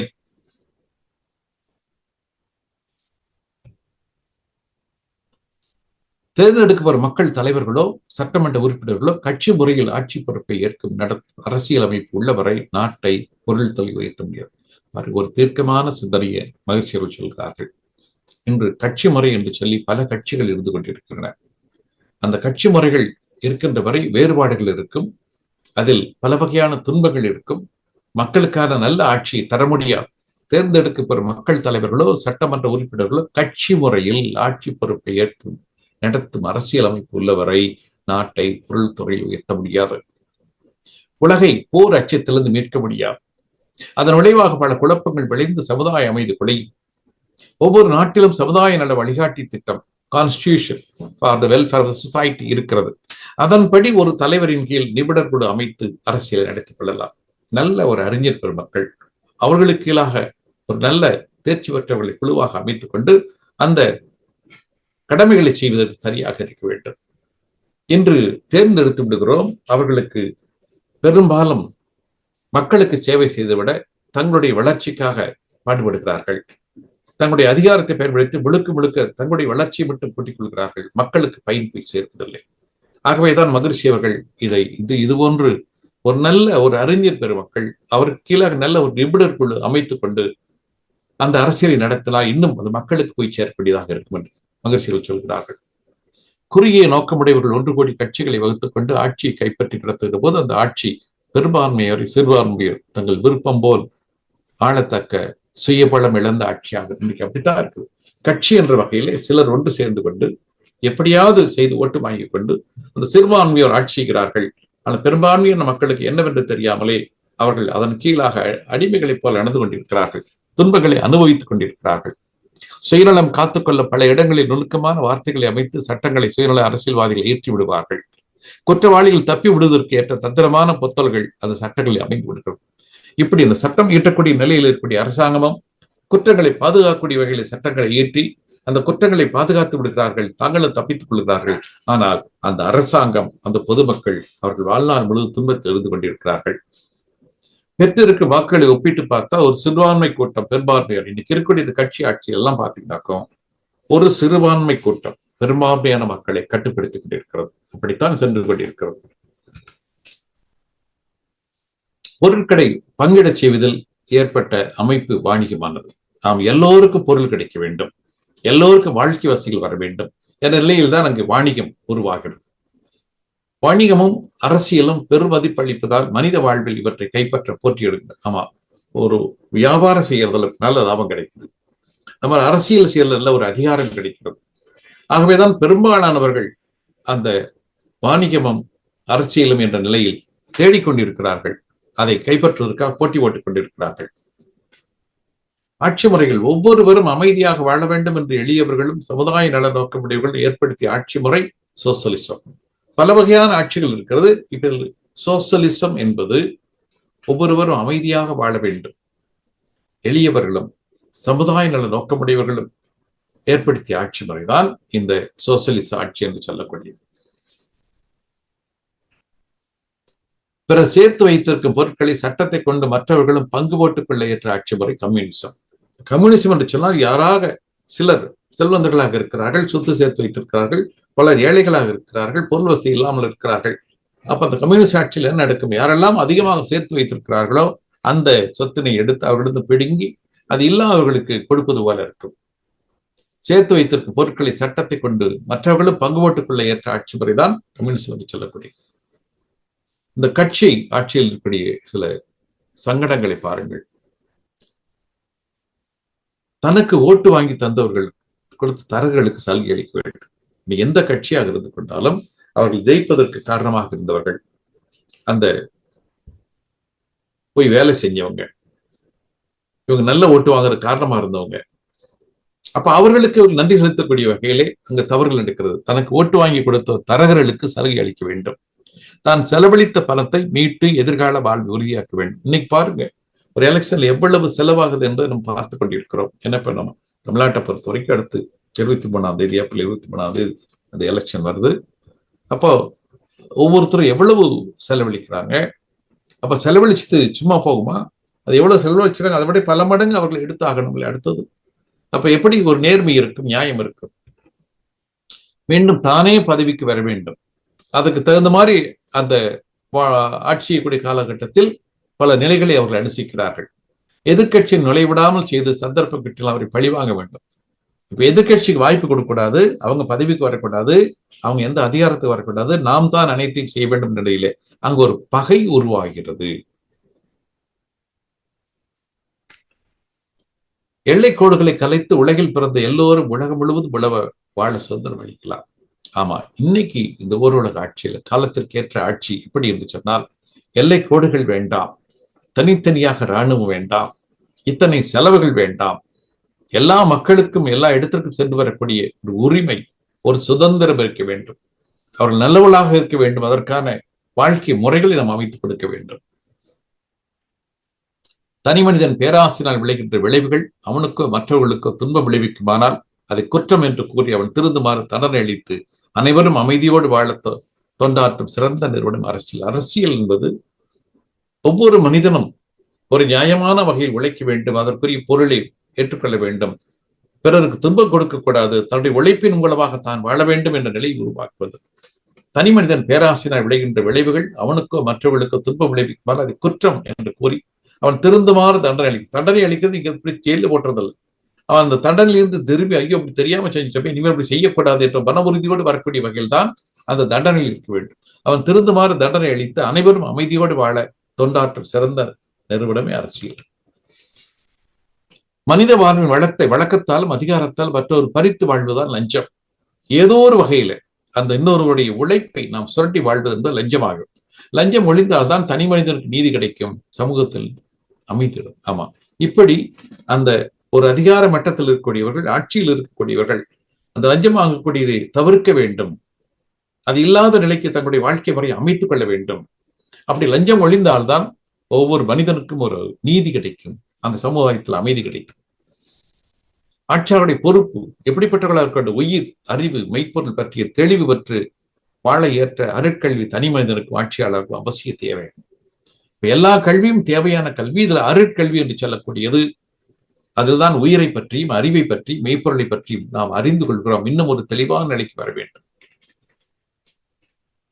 அந்த அப்படிப்பட்ட ஒரு கல்வி வருகின்ற போதுதான் தனி மனிதனுக்கும் ஆட்சியாளருக்கும் இருக்கக்கூடிய அந்த உறவுகள் மேம்படும். அது நல்ல பயன்களை அவர்களுக்கும் சமுதாயத்தை கொடுக்கக்கூடிய வகையில வந்து சேரும். சீர்திருத்த வேண்டும். எப்படிப்பட்ட சீர்திருத்த நோக்கமுடைய கட்சிகளின் உறுப்பினர்கள் முதலில் தங்கள் நடத்தி ஒழுங்குபடுத்தி சமுதாயத்துக்கு தொண்டாற்றி பின் அரசியலை சீர்திருத்த வேண்டும். எடுத்தோன்னு ஒவ்வொருத்தரும் நாட்டை குறை சொல்றது, அரசியலை குறை சொல்றது அதெல்லாம் விட்டுட்டு அந்த ஒத்த கருத்துடைகள் நிறைய பேர் எண்ணிக்கை அதிகப்படுத்திக் கொண்டு அதன் மூலமாக அந்த ஒத்த கருத்து உலகம் முழுவதும் பரவுவதற்கான வேலைகளை செய்யலாம். சீர்திருத்த நோக்கமுடைய கட்சிகளின் உறுப்பினர்கள் முதலில் தங்கள் நடத்தி ஒழுங்குபடுத்தி சமுதாயத்துக்கு தொண்டாற்றி பின் அரசியலை சீர்திருத்த வேண்டும். பண்டைய காலத்தில் உலோகங்கள், நெருப்பு, ரசாயனங்கள் இவையெல்லாம் மனித உபயோகத்தில் இல்லை. கைகளால் ஒருவருக்கு ஒரு அடித்துக் கொண்டார்கள். பிறகு கற்களை பயன்படுத்தினார்கள். கற்களை கொண்டே ஆயுதங்கள் செய்தனர். உலோகங்கள் வந்த பின்னர் உலோகங்களை பயன்படுத்தி வாள், ஈட்டி, கத்தி, துப்பாக்கி போன்ற போர் கருவிகளை செய்து அவற்றின் துணையால் போரிட்டனர். இப்படி நாம் போரிட ஆரம்பிக்கின்ற போது ஆரம்ப காலத்தில் எந்த ஒரு வசதிகள் இல்லாமல், கருவிகள் இல்லாமல் நடந்தது. பின்னர் ஒன்றொன்றாக அந்த வசதிகள், கருவிகள் எல்லாம் ஏற்பட்டுக் கொண்டே வருகின்றன. இந்த உலகத்துல 2 உலகப் போர் நடந்திருக்கு, நமக்கெல்லாம் தெரியும். முதல் உலகப் போர் 1914 வரைக்கும் நடந்தது. 2வது உலகப் போர் 1939-45 வரைக்கும் நடந்தது. இந்த 2 உலகப் போரில் எத்தனையோ அழிவுகள், எத்தனையோ சாவுகள், மனிதன் அதிலிருந்து இன்னும் முழுமையாக எழுந்து வர முடியாத அளவிற்கு பல பாதிப்புகள் இருந்து கொண்டிருக்கின்றன. முதல் உலகப் போர் 1914ஆம் ஆண்டு செர்பியர்கள் மீது ஆஸ்திரியர்கள் ஆதிக்கம் செலுத்தியதே முதல் உலகப் போரை முளைத்தலை செய்தது. இப்போரில் முதல் முறையாக டாங்கிகள் பயன்படுத்தப்பட்டன. இறுதியில் 1918 11 மணிக்கு ஜெர்மனியின் படைத்தலைவர் சரணடைந்தார். நேச நாடுகள் வெற்றி பெற்ற நாடுகள் ஆயிற்றன. இப்படி அந்த முதல் உலகப் போர் முடியக்கூடிய ஒரு காலம் வருகிறது. 33 நாடுகள் கலந்து கொண்ட முதல் உலகப் போரில் 4 ஆண்டுகளுக்கு பிறகு முடிவு வந்தது. ஆனால் அதன் விளைவுகள் உலகம் முழுவதும் எதிரொலித்தன. 4 ஆண்டுகள் போர் நடந்த போது எத்தனை ஆயிரம் மக்கள் நாம் இழந்திருப்போம், எவ்வளவு சொத்துக்கள் இருந்திருப்போம். விலைமதிக்க முடியாத அளவு பொருட்சேதமும், ஈடு செய்ய முடியாத அளவு உயிர் சேதம் ஏற்பட்டன. உலக பொருளாதாரம் சின்னாபின்னமாகிவிட்டது. பயங்கர பொருளாதார பிரச்சனைகளை தீர்க்க இயலாத மேற்கத்திய குடியாட்சி முறை மக்களிடையே மதிப்பிழந்தது. ஆமா, இதனை தீர்க்க முடியாத நிலையில அந்த குடியாட்சி முறை கூட மதிப்பில்லாமல் போயிடுச்சு. பொது உடைமை கொள்கை மக்களிடையே பரவத் தொடங்கியது. பல நாடுகளில் முடியாட்சிக்கு முடிவு கட்டப்பட்டு மக்களாட்சி வந்தது. அப்ப முடியாட்சி என்பது அதுவரை அரசர்கள் ஆண்டு வந்த நிலை மாறி அங்கு மக்களாட்சி வருவதற்கு வாய்ப்பாக இருந்தது. இந்த உலகப் போர் எல்லாம் பார்த்தா அந்தந்த காலகட்டத்தில் ஏற்பட்ட சில தவறுகள் தான் அதன் முதல் உலகப் போராகவும் 2வது உலகப் போராகவும் எழுச்சி பெற்று பல லட்சக்கணக்கான மக்கள் இறந்து போவதற்கு காரணமாக இருக்கிறது. பொருளாதாரம் உலகம் முழுவதும் கம்ப்ளீட்டாக சீர்குலைந்து அது எழுந்து வர முடியாத அளவிற்கு பாதிப்புகள் நடைபெற்றிருக்கிறது. நாஜிவாதம் மற்றும் பாசிச எழுச்சி, அதே போன்று பொருளாதார மந்த நிலை, இப்படி பல காரணங்களால் இவைகள்லாம் அந்த பாதிப்பு ஏற்பட்டிருக்கின்றன. அடுத்தது அந்த ஒரு லீக் ஆஃப் நேஷன்ஸ் என்பது உருவாக்கப்பட்டு அதன் மூலமாக ஒரு அமைதி உருவாக்கலாம் என்று திட்டமிட்டார்கள். ஆனால் அதுவும் சரியாக நடைமுறைக்கு வரவில்லை.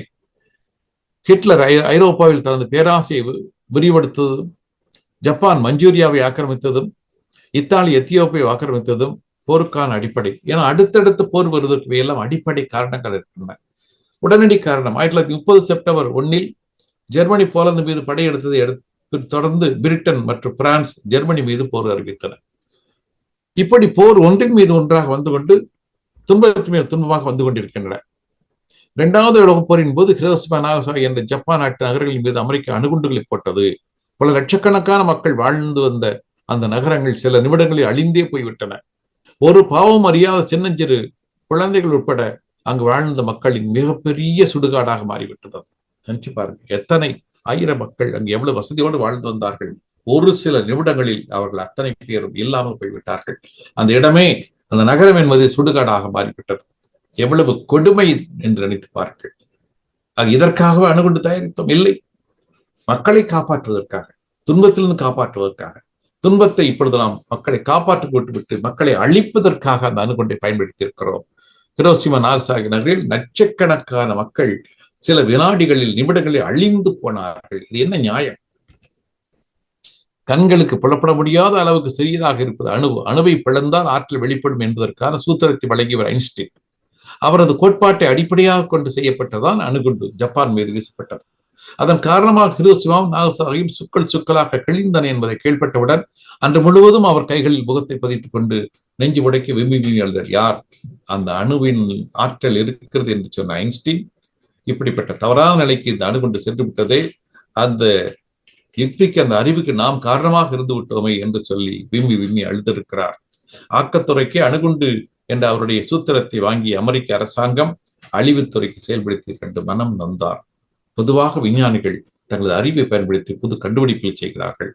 ஆனால் அதை அதிகாரத்தில் உள்ளவர்கள் அதை தவறாக பயன்படுத்தி மக்களையும் சமுதாயத்தையும் அழிப்பதற்கு பயன்படுத்துகிறார்கள். இன்று பாருங்கள், இங்கு நமக்கு அமெரிக்கா,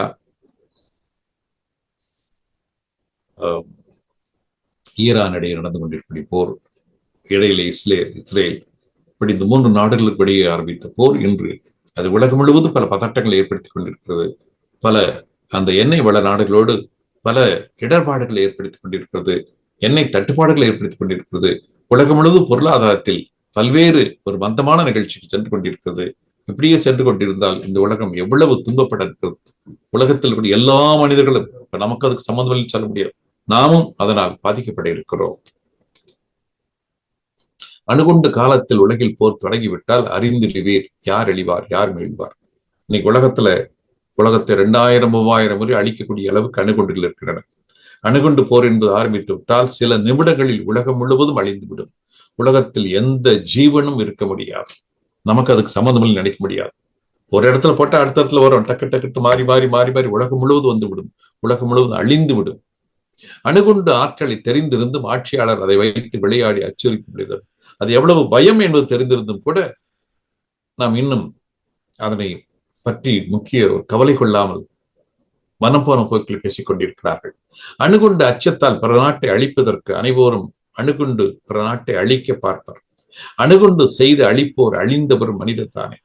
யாரெல்லாம் பிறரை அழிக்க வேண்டும் நினைக்கிறார்களோ அவர்களும் காலத்தில் அழிந்து போகிறார்கள். அறிவிற்கு அதிகம் ஏன்? பொதுவான அறிவே போதும். இப்படி மக்கள் அழிப்பதற்காக தனது அறிவை பயன்படுத்தி அதன் மூலமாக பல ஆயிரம் மக்களை கொன்று குவிப்பது அது அறிவிற்கு அடையாளம் அல்ல, ஒரு மனித தன்மைக்கு அடையாளம் அல்ல. ஒரு மனிதன் துன்புறுகின்ற போது ஓடி உதவி செய்வதால் மனித தன்மைக்கு அடையாளம், அறிவுடைய உயர்ந்த நிலை. ஒருவரை துன்புறுத்த வேண்டும் என்பது அது அறிவுடைய நிலை அல்ல. மகிழ்ச்சியில் சொல்றார் பாருங்க, போரிலே வரக்கூடிய துன்பங்களை பார்த்து சொல்கிறார். உடலில் சிறு காயமோ உறுப்புகளில் அடியோ ஒருவருக்கு ஏற்பட்டால் உடன் வாழ்வோர் எல்லாம் கடலொலியில் படும் துன்பம் காண்கின்றோம். கணக்கின்றி கனப்பொழுதில் மடிகின்றார். மேலும் படமுடியா துயரோடு பருவுடலில் உறுப்பு பல இழந்து பதவதைத்தும் துன்பமுறை காண்போம். நடந்து செல்லும் பிணங்கள் அல்ல. நாம் இவற்றை பார்த்து நமது கடமை தேர்ந்து செய்யும் நலம் செய்யாது. ஆமா, இன்னைக்கு பார்க்கிறோம் எத்தனை போர், எத்தனை சண்டை. ரஷ்யா உக்ரைன் போர் 4 ஆண்டுகளாக நடந்து கொண்டிருக்கிறது. அதே மாதிரி பாலஸ்தீன் இஸ்ரேல் நடந்து இப்பதான் கொஞ்சம் முடிஞ்ச மாதிரி தெரிகிறது. இப்ப ஈரான் இந்த போர் நடந்து கொண்டிருக்கிறது. இதில் இதுவரை எத்தனை ஆயிரம் மக்கள், எத்தனை லட்சக்கணக்கான மக்கள் உயிரிழந்திருப்பார்கள். எத்தனை கோடிக்கணக்கான சொத்துக்கள் அது வீணாகி இருக்கு. இதுவெல்லாம் மனிதனுக்கு மனித சமுதாயத்துக்கு செய்யக்கூடிய நன்மையா? இல்லை இல்லை. நாம் நாமே இழிபடுத்திக் கொள்கிறோம். அப்ப இவற்றையெல்லாம் வேடிக்கை பார்த்து கொண்டு இருக்கக்கூடாது. ஏதாவது ஒரு வகையில இந்த துன்பங்கள் நீங்குவதற்கு நாம் உதவி செய்ய வேண்டும். முதல் மனதார இந்த உலக யுத்தங்கள் குறைய வேண்டும் என்று நினைக்கலாம். உலகில் எல்லா மக்களும் ஒரு அமைதியான நிறைவான வாழ்க்கை வாழ வேண்டும் என்று எண்ணி பார்ப்போம். ஐக்கிய நாடுகள் சபை இதுதான் இன்னைக்கு ஓரளவுக்கு உலகம் முழுவதும் இருக்கக்கூடிய எல்லா நாட்டையும் இணைத்து செயல்படக்கூடிய அமைப்பு. ஆனால் அது ஒரு பலம் இல்லாதது, அதற்கு அதிகாரம் இல்லாமல் இருந்து கொண்டிருக்கிறது. சரி, 1945 அக்டோபர் 24 நிறுவப்பட்ட ஒரு முக்கிய உலகளாவிய அமைப்பு இந்த ஐக்கிய நாடு சபை. இது உலக அமைதி, பாதுகாப்பு, நாடுகளுடைய நட்புறவு இவற்றையெல்லாம் மேம்படுத்தக்கூடிய ஒரு அமைப்பு. 2ஆம் உலகப் போருக்கு பிறகு போர்களை தடுக்கவும் மனித உரிமைகளை பாதுகாக்கவும் 51 நாடுகள் தொடங்கப்பட்டது. இன்னைக்கு கிட்டத்தட்ட 190 நாடுகளுக்கு மேலாக இருக்கின்றன. ஆனால் அது தொடங்கும் போது 51 நாடுகளோடு தொடங்கப்பட்டது. காரணம் உலக அமைதி. இனிமேல் போர் வரக்கூடாது, எல்லா மக்களும் மகிழ்வாக நிறைவாக வாழ வேண்டும் என்ற அமைப்பு தான் ஆரம்பிக்கப்பட்டது. 1940 ஜனவரியில ஐக்கிய நாடுகள் 26 பிரதிநிதிகள் அட்லாண்டிக் சாசனத்தை உருவாக்கலாம். முதல்ல 26 பேர் உட்கார்ந்து ஒரு முயற்சி பண்றாங்க.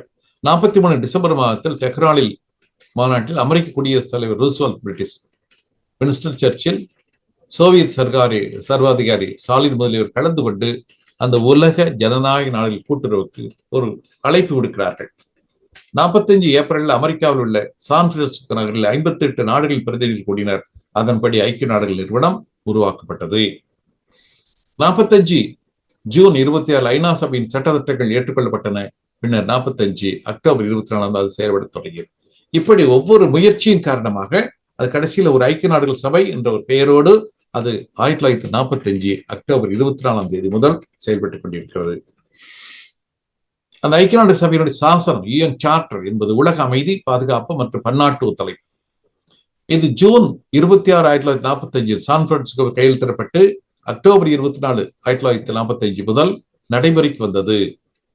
இச்சாசன மனித உரிமைகளை மதித்தல், சம உரிமை மற்றும் நாடுகளிடையே நட்புறவை நிலைநிறுத்துவது போன்றவற்றை நோக்கமாக கொண்டுள்ளது. பாருங்க, இதனுடைய முக்கியமான நோக்கங்கள், கொள்கைகள். அனைத்து உறுப்பு நாடுகளும் கோட்பாடுகள் அளிக்கப்பட்ட கடமைகளை நம்பிக்கையோடு அச்சாசனப்படி நிறைவேற்ற கடமைப்பட்டவர்கள். தங்களுக்கிடையே ஏற்படும் பிரச்சனைகளை அமைதியான முறையில் தீர்த்துக் கொள்ள வேண்டும். எந்த உறுப்பு நாடு மற்ற உறுப்பு நாடுகளுக்கு எதிராக வன்முறையில் ஈடுபடக்கூடாது. உறுப்பு நாடுகளின் உள்நாட்டு விவகாரங்களில் ஐக்கிய நாடுகள் சபை தலையிடக்கூடாது. உள்நாட்டு விவகாரத்தில் தலையிடாது.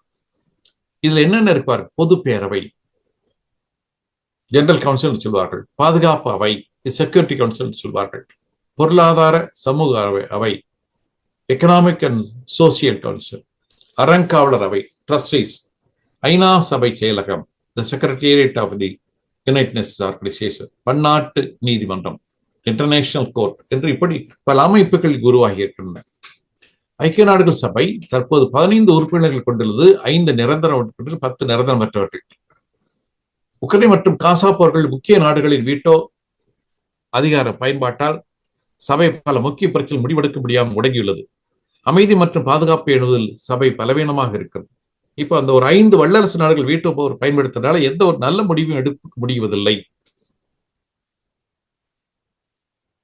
அப்ப இதனால் பல முக்கிய பிரச்சனைகள் அந்த அதிகாரத்தை வீட்டோ பவரை பயன்படுத்தி அந்த தீர்மானம் நிறைவேற முடியாமல் செய்து விடுகிறார்கள். அப்ப இந்த நிலை மாற வேண்டும். ஐக்கிய நாடுகள் சபை உலக அமைதி மற்றும் பாதுகாப்பிற்கு பாடுபட்டாலும் பாதுகாப்பு சபையில் உள்ள நிரந்தர உறுப்பினர்கள் அதிகாரம், வீட்டோ பவர், நிதி பற்றாக்குறை, நிர்வாக தாமதங்கள் மற்றும் வல்லரசு நாடுகளின் அரசியல் தலையீடு ஆகியவை முக்கிய குறைபாடுகளாக இருக்கிறது. ஐக்கிய நாடு சபை இந்த உலகம் முழுக்கும் சேர்ந்து ஒரு அமைப்பாக இருந்தாலும் கூட அது செயல்பட முடியாமல் தடைகள் வந்து கொண்டிருக்கின்றன. இவற்றுடன் மோதல்களை தடுப்பதில் ஏற்படும் தோல்விகள் மற்றும் விரைவான உலகளாவிய மாற்றங்களுக்கு ஏற்ப மாற்றிக்கொள்ள முடியாமை ஆகியவை அது செயல்திறனை குறைக்கிறது. ஐக்கிய நாடு சபை என்ற ஒரு அமைப்பு இருந்த போது கூட அது ஒரு செயலற்றதாக இருக்கிறது. நடக்கூடிய போரினை அதனால தடுக்க முடிவதில்லை. அவர்கள் சொன்னபடி யாரும் கேட்டுக்கொள்வதில்லை. இப்படி அது ஒரு செயலற்ற நிலையிலே இருந்து கொண்டிருக்கிறது. சர்வ அதிகாரமில்லா நிலை. ஐக்கிய நாடுகள் சபையின் ஒரு உலக அரசாங்கம், அவை இது இறையாண்மை கொண்ட நாடுகளின் கூட்டமைப்பு. எனவே உறுப்பு நாடுகள் ஐநாவின் கட்டளைகள் ஏற்க மறுக்கும் போது அவற்றை வலுக்கட்டாயம் செயல்படுத்த ஐநாவின் வலுவான இராணுவ அமைப்பு இல்லை. உறுப்பு நாடுகள் அதை எதிர்த்தால் அந்த ஐக்கிய நாடுகள் சபையால் ஒன்றும் செய்ய முடியாது. இந்த இருக்கக்கூடிய நிலையில் அரசியல் சார்பு மற்றும் முரண்பாடுகள். வல்லரசு நாடுகள் தங்களின் சுயநலனுக்காக ஐநாவின் தளத்தை பயன்படுத்துகின்றன. இது உண்மையான அமைதி பணிகளை பாதிக்கிறது.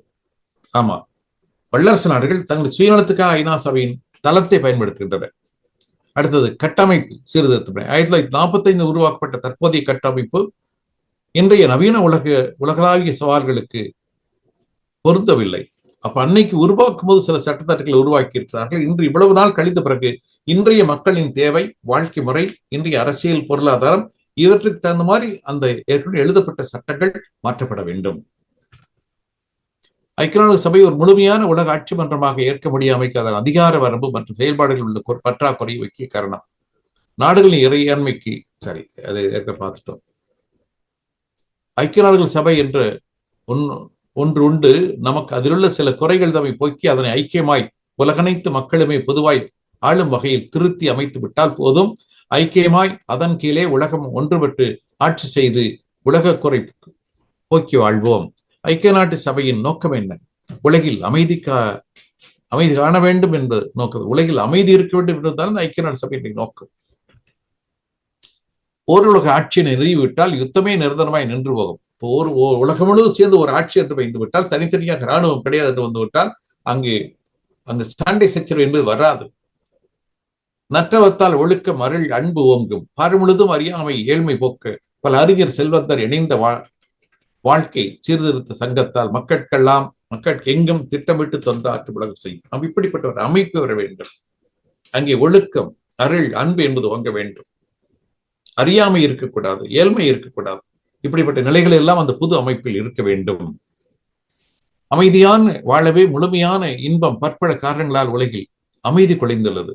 தனிமனித வாழ்வில் அமைதி, சமுதாயத்தில் அமைதி, உலக நாடுகள் அமைதி என்பது பல நிலைகளில் இன்று பாதிக்கப்பட்டிருக்கிறது. அதையெல்லாம் வைத்துக் கொண்டுதான் நாம் அருட்தந்தை அவர்கள் சில செய்திகளை சொல்கிற பாருங்கள். சம உரிமை, எல்லா மக்களுக்கும் சம உரிமை வேண்டும். சம பிரதிநிதித்துவம், ஓர் உலக பேரரசு, இவையெல்லாம் அமைந்தே தீர வேண்டும். உலக பொது ஜனநாயக சட்டமன்றம் உலக பேரரசுகளையும் நிபுணர்களையும் தேவையான எண்ணிக்கையில் கூட்டி ஒரு ஆட்சி மன்றம். ஆமா, உலகம் முழுவதும் இருக்கக்கூடிய நல்ல அறிஞர்கள், ஞானிகள், மகான்கள், அவர்களை எல்லாம் ஒன்றுபடுத்தி அந்த அரசாங்க அமைப்பின் கீழே கொண்டு வர வேண்டும். பிறப்புரிமை சுதந்திரம், ஒவ்வொரு மனிதனுக்கும் ஒவ்வொரு ஜீவனும் பிறக்கக்கூடிய உரிமை, வாழக்கூடிய உரிமை, அதற்கு சுதந்திரம் காக்கப்பட வேண்டும். உணவு, உடை, வீடு, கல்வி, தொழில், திருமணம், ஆராய்ச்சி வாய்ப்பு எல்லா மக்களுக்கும் வழங்க வேண்டும். பொதுவாக அத்தியாவசியங்கள் என்று சொன்னால் உணவு, உடை, இருப்பிடம் என்று சொல்கிறோம். இதோடு சேர்த்து கல்வி, தொழில், திருமணம், ஆராய்ச்சி இவையெல்லாம் எல்லா மனிதருக்கும் அமைய வேண்டும். பெண்களுக்கு எல்லா துறைகளிலும் சம உரிமை கொடுக்கப்பட வேண்டும். தனியாக ஆட்சி எல்லை சட்டமன்றம் அமைத்துக் கொண்டு உலக ஆட்சிக்கு, அந்நாட்டு சமஷ்டி ஆட்சிக்கு முற்பட்டு மனித உரிமை சாசனத்தை மதிப்பு வாழும். ஆமாம், அதாவது சென்ட்ரல் கவர்மெண்ட், ஸ்டேட் கவர்மெண்ட் இருந்தால் ஸ்டேட் கவர்மெண்ட் ஒவ்வொரு நிலைகளும் அந்த சென்ட்ரல் கவர்மெண்ட் சார்ந்தே இருக்கக்கூடிய நிலை. அதுபோன்று ஓரளவு ஆட்சி என்று வந்துவிட்டாலும் ஒவ்வொரு மாநிலமும் அதற்குரிய அந்த சட்டத்திட்டங்களை பயன்படுத்தி அந்த நாட்டினுடைய மக்களுக்கு பாதுகாப்பை கொடுக்கலாம். தீர்மானம் 7, எந்த நாட்டிலும் எந்த இடத்திலும் எவ்வளவு குடியேறவோ பயணம் செய்ய பாருங்க. இப்போ இது ஒரு அருமையான நிலை. நீங்க உலகத்துல எங்க போனாலும் விசா வாங்க வேண்டியதில்லை, பாஸ்போர்ட் வாங்க வேண்டியது, எந்த நாட்டுக்கு வேணாலும் நீங்க போகலாம். போய் அங்க அந்த நாட்டினுடைய கட்டுப்பாட்டின் கீழ் நீங்கள் அங்கு இருந்து இயங்கி வெற்றி பெற வேண்டும். எந்த நாட்டிலும் எந்த இடத்திலும் எவரொருவரும் குடியேறவோ பயணம் செய்யவோ உரிமை உண்டு. உலக ஆட்சி மக்களை தகுதியுடையவர்களாக்கி ஆட்சியை மக்களிடம் ஒப்படைக்கும். இப்படி நல்ல முறையில வளர்த்து அதற்கான அடிப்படைகளை செய்துவிட்டு அதன் பிறகு முழுக்க அந்த மக்களை ஆட்சி செய்யக்கூடிய வகையில் மக்கள் கையில் கொடுத்து விடலாம். போர் இந்த முக்கியமான சட்டம். போர் என்பது கூடாது. உலகில் எந்த நாடும் எந்த நாட்டுடனும் சண்டை செய்யக்கூடாது. அது வலிமையான நாடாக இருக்கலாம் அல்லது எளிமையான நாடாக இருக்கலாம். எப்படி இருந்தாலும் போர் என்பது சட்ட விரோதமாக்கப்பட வேண்டும். எந்த நிலையிலும் போர் என்பது 2 நாடுகளுக்கிடையே வரக்கூடாது. உலக ஆட்சியின் கீழ் அகில உலக பேரரசுகளை கொண்டு ஒரு தொண்டு நிலையம் அமைக்கப்பட்டுவிடும். ஆமா, உலகம் முழுவதும் சேர்ந்து ஒரு பெரிய தொண்டு நிலையம் அமையணும். அது எல்லா மக்களின் தேவைகளையும் பூர்த்தி செய்யக்கூடிய வகையில் அமைய வேண்டும். ஆராய்ச்சி குழுவினர் மக்கள் வாழ்வில் அவ்வப்போது சீர்திருத்த ஏற்றபடி வழிகளை வகுத்து காட்டும். அதே போன்று ஒரு ஆராய்ச்சி பிரிவு, அந்த ஆராய்ச்சி பிரிவின் மூலமாக தத்துவத்தை மக்களுக்கு கொண்டு செல்லுதல், அது எந்த வகையில் அவர்களை அடைந்திருக்கிறது என்று அதனை சோதனை செய்து பார்த்தல், மீண்டும் குறைகள் இருப்பின் அதை சரி செய்து அந்த ஆய்வு, அந்த ப்ரொபோசல் நன்றாக செயல்படுவதற்கு நாம் ஒரு காரணமாக இருப்பது. ஜனநாயகம், டெமோக்ரஸி சொல்கிற மக்கள் தேர்ந்தெடுத்த அரசு, மக்கள் வாக்குரிமை உள்ளது. உதாரணம் இந்தியா போன்ற நாடுகளில். அப்ப மக்கள் அவர்களை தேர்ந்தெடுக்கிறார்கள், மக்களுக்கு அதில் வாக்குரிமை கொடுப்பதற்கு ஒரு அதிகாரம் இருக்கிறது. இது டெமோக்ரஸி என்று சொல்லக்கூடியதான் இன்று இருக்கக்கூடிய பல வகையான ஒரு அரசு நிலைகளில் இது ஒரு உயர்ந்த நிலையில் இருக்கக்கூடியது. இப்ப நம்ம இந்தியாவில் இது இருக்கு. அடுத்து அரசராட்சி, மன்னர்கள் ஆட்சி கூடிய நிலை, ராஜா அல்லது ராணி ஆட்சி, மரபுரிமை அடிப்படையில் அது அதிகாரம். பொதுவாக இன்று இருக்கக்கூடிய சவுதி அரேபியா மற்ற அரபு நாடுகள், பெரும்பாலும் அரபு நாடுகளை பார்க்கின்ற போது அங்கெல்லாம் இன்னும் மன்னர்கள் இருக்கிறார்கள். இந்த காலகட்டத்தில் இருப்ப அங்கு வந்து நம்முடைய எம்எல்ஏ அவை போன்று சில அவையும் இருந்து கொண்டு அவர்கள் உதவி செய்து கொண்டிருக்கின்றனர். பொதுவாக அதிகாரம் இருக்கின்ற போது மக்களை அடக்க பார்க்கிறார்கள், துன்பம் கொடுக்கிறார்கள். அதிகாரம் இல்லாத போது அவர்களை கெஞ்சுகிறார்கள். இது மாறணும். அப்ப இப்படி ஒரு துன்பம் கொடுக்கக்கூடியவர்கள் அரசியலுக்கு வரக்கூடாது, அவர்கள் பதவிகளுக்கு வரக்கூடாது. கம்யூனிசம், அரசு அனைத்து வளங்களையும் கட்டுப்படுத்தும், தனியார் சொத்து குறைவு. அதாவது என்னன்னாக்கும் கம்யூனிஸ்ட்ல எங்கோ இருக்கிறவங்களுக்கு பிடிங்கி மேல இல்லாதவங்களுக்கு கொடுக்குற மாதிரி. அதாவது பணக்காரர்கள் எண்ணிக்கை குறைத்து ஏழைகளை பணக்காரர்களாக்குவது, அப்படியெல்லாம் வேண்டாம். உழைப்பின் மூலமாக ஏழைகளுக்கு நல்ல உதவி செய்து அவர்கள் உயர்ந்த நிலையில் வருவதற்கு நாம் ஒவ்வொருவரும் பாடுபட வேண்டும். சைனாவை எடுத்துட்டு பாத்தீங்கன்னாக்கும் உங்களுக்கு பாத்தீங்கன்னாக்கா அந்த மாதிரி ஒரு நல்ல நிலைக்கு அது கம்யூனிஸ்ட் இருந்து கொண்டிருக்கிறது. அங்க எல்லாம் பாடுபடக்கூடியவர்களாக இருக்கிறார்கள். அந்த எல்லா வளங்களும் அது முழுமையாக பயன்படுத்திக் கொண்டு வருகிறது.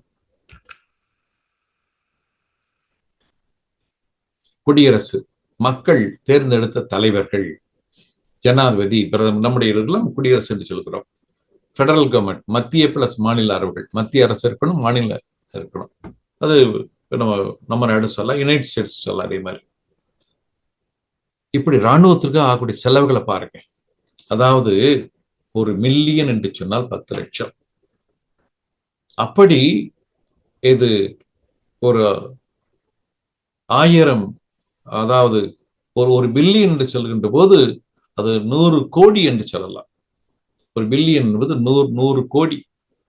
அப்படி பாருங்க எத்தனை பில்லியன் செலவாகி இருக்கிறது இராணுவத்திற்காக. அமெரிக்காவில் எவ்வளவுக்கு, சைனாவில், ரஷ்யாவில், இந்தியாவில், Saudi Arabia, United kingdom, Germany, France, Japan, எவ்வளவு பணம் இந்த இராணுவத்திற்காக செலவு செய்திருக்கிறார்கள். இந்த பணத்தை எல்லாம் சரியான முறையில் பயன்படுத்தியிருந்தால் உலகில் எந்த மூலையிலும் ஒரு ஏழை கூட இருக்க மாட்டார்கள். ஒரு படிப்பில்லாதவர்கள் எல்லோரும் பள்ளிக்கு செல்லலாம், கல்லூரிக்கு செல்லலாம். அத்தனை பணம் இங்கே இருக்கிறது. எல்லோருக்கும் வீடு கட்ட கொடுக்க முடியும். எல்லோரும் வியாபாரம் செய்வதற்கு நாம் உறுதி செய்யலாம். எந்த தொழில் செய்வதற்கு நாம் உதவி செய்யலாம். அப்படிப்பட்ட நிலை நமக்கு இருக்கிறது. அதற்கு வேண்டிய அத்தனை பணமும் இன்று இராணுவத்திற்காக செலவு செய்து கொண்டிருக்கிறோம். அணுகுண்டுகளை தயாரிப்பதற்கும், பல ஆயுதங்களை தயாரிப்பதற்கும். அதற்கு இங்கு மனிதர்களை அந்த இராணுவத்தில் சேர்த்து பல நிலைகளில் வைத்து நாம் அவர்களை வளர்த்து கொண்டு வருகிறோம்.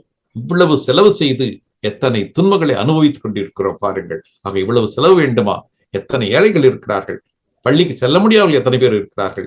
மருந்து வாங்க முடியாமல் எத்தனை பேர் இருக்கிறார்கள். அவர்களுக்கெல்லாம் இந்த பணம் சென்று சேர்ந்தால் அந்த உலகில் யாரும் எந்த துன்பத்திலும் இருக்க முடியாது.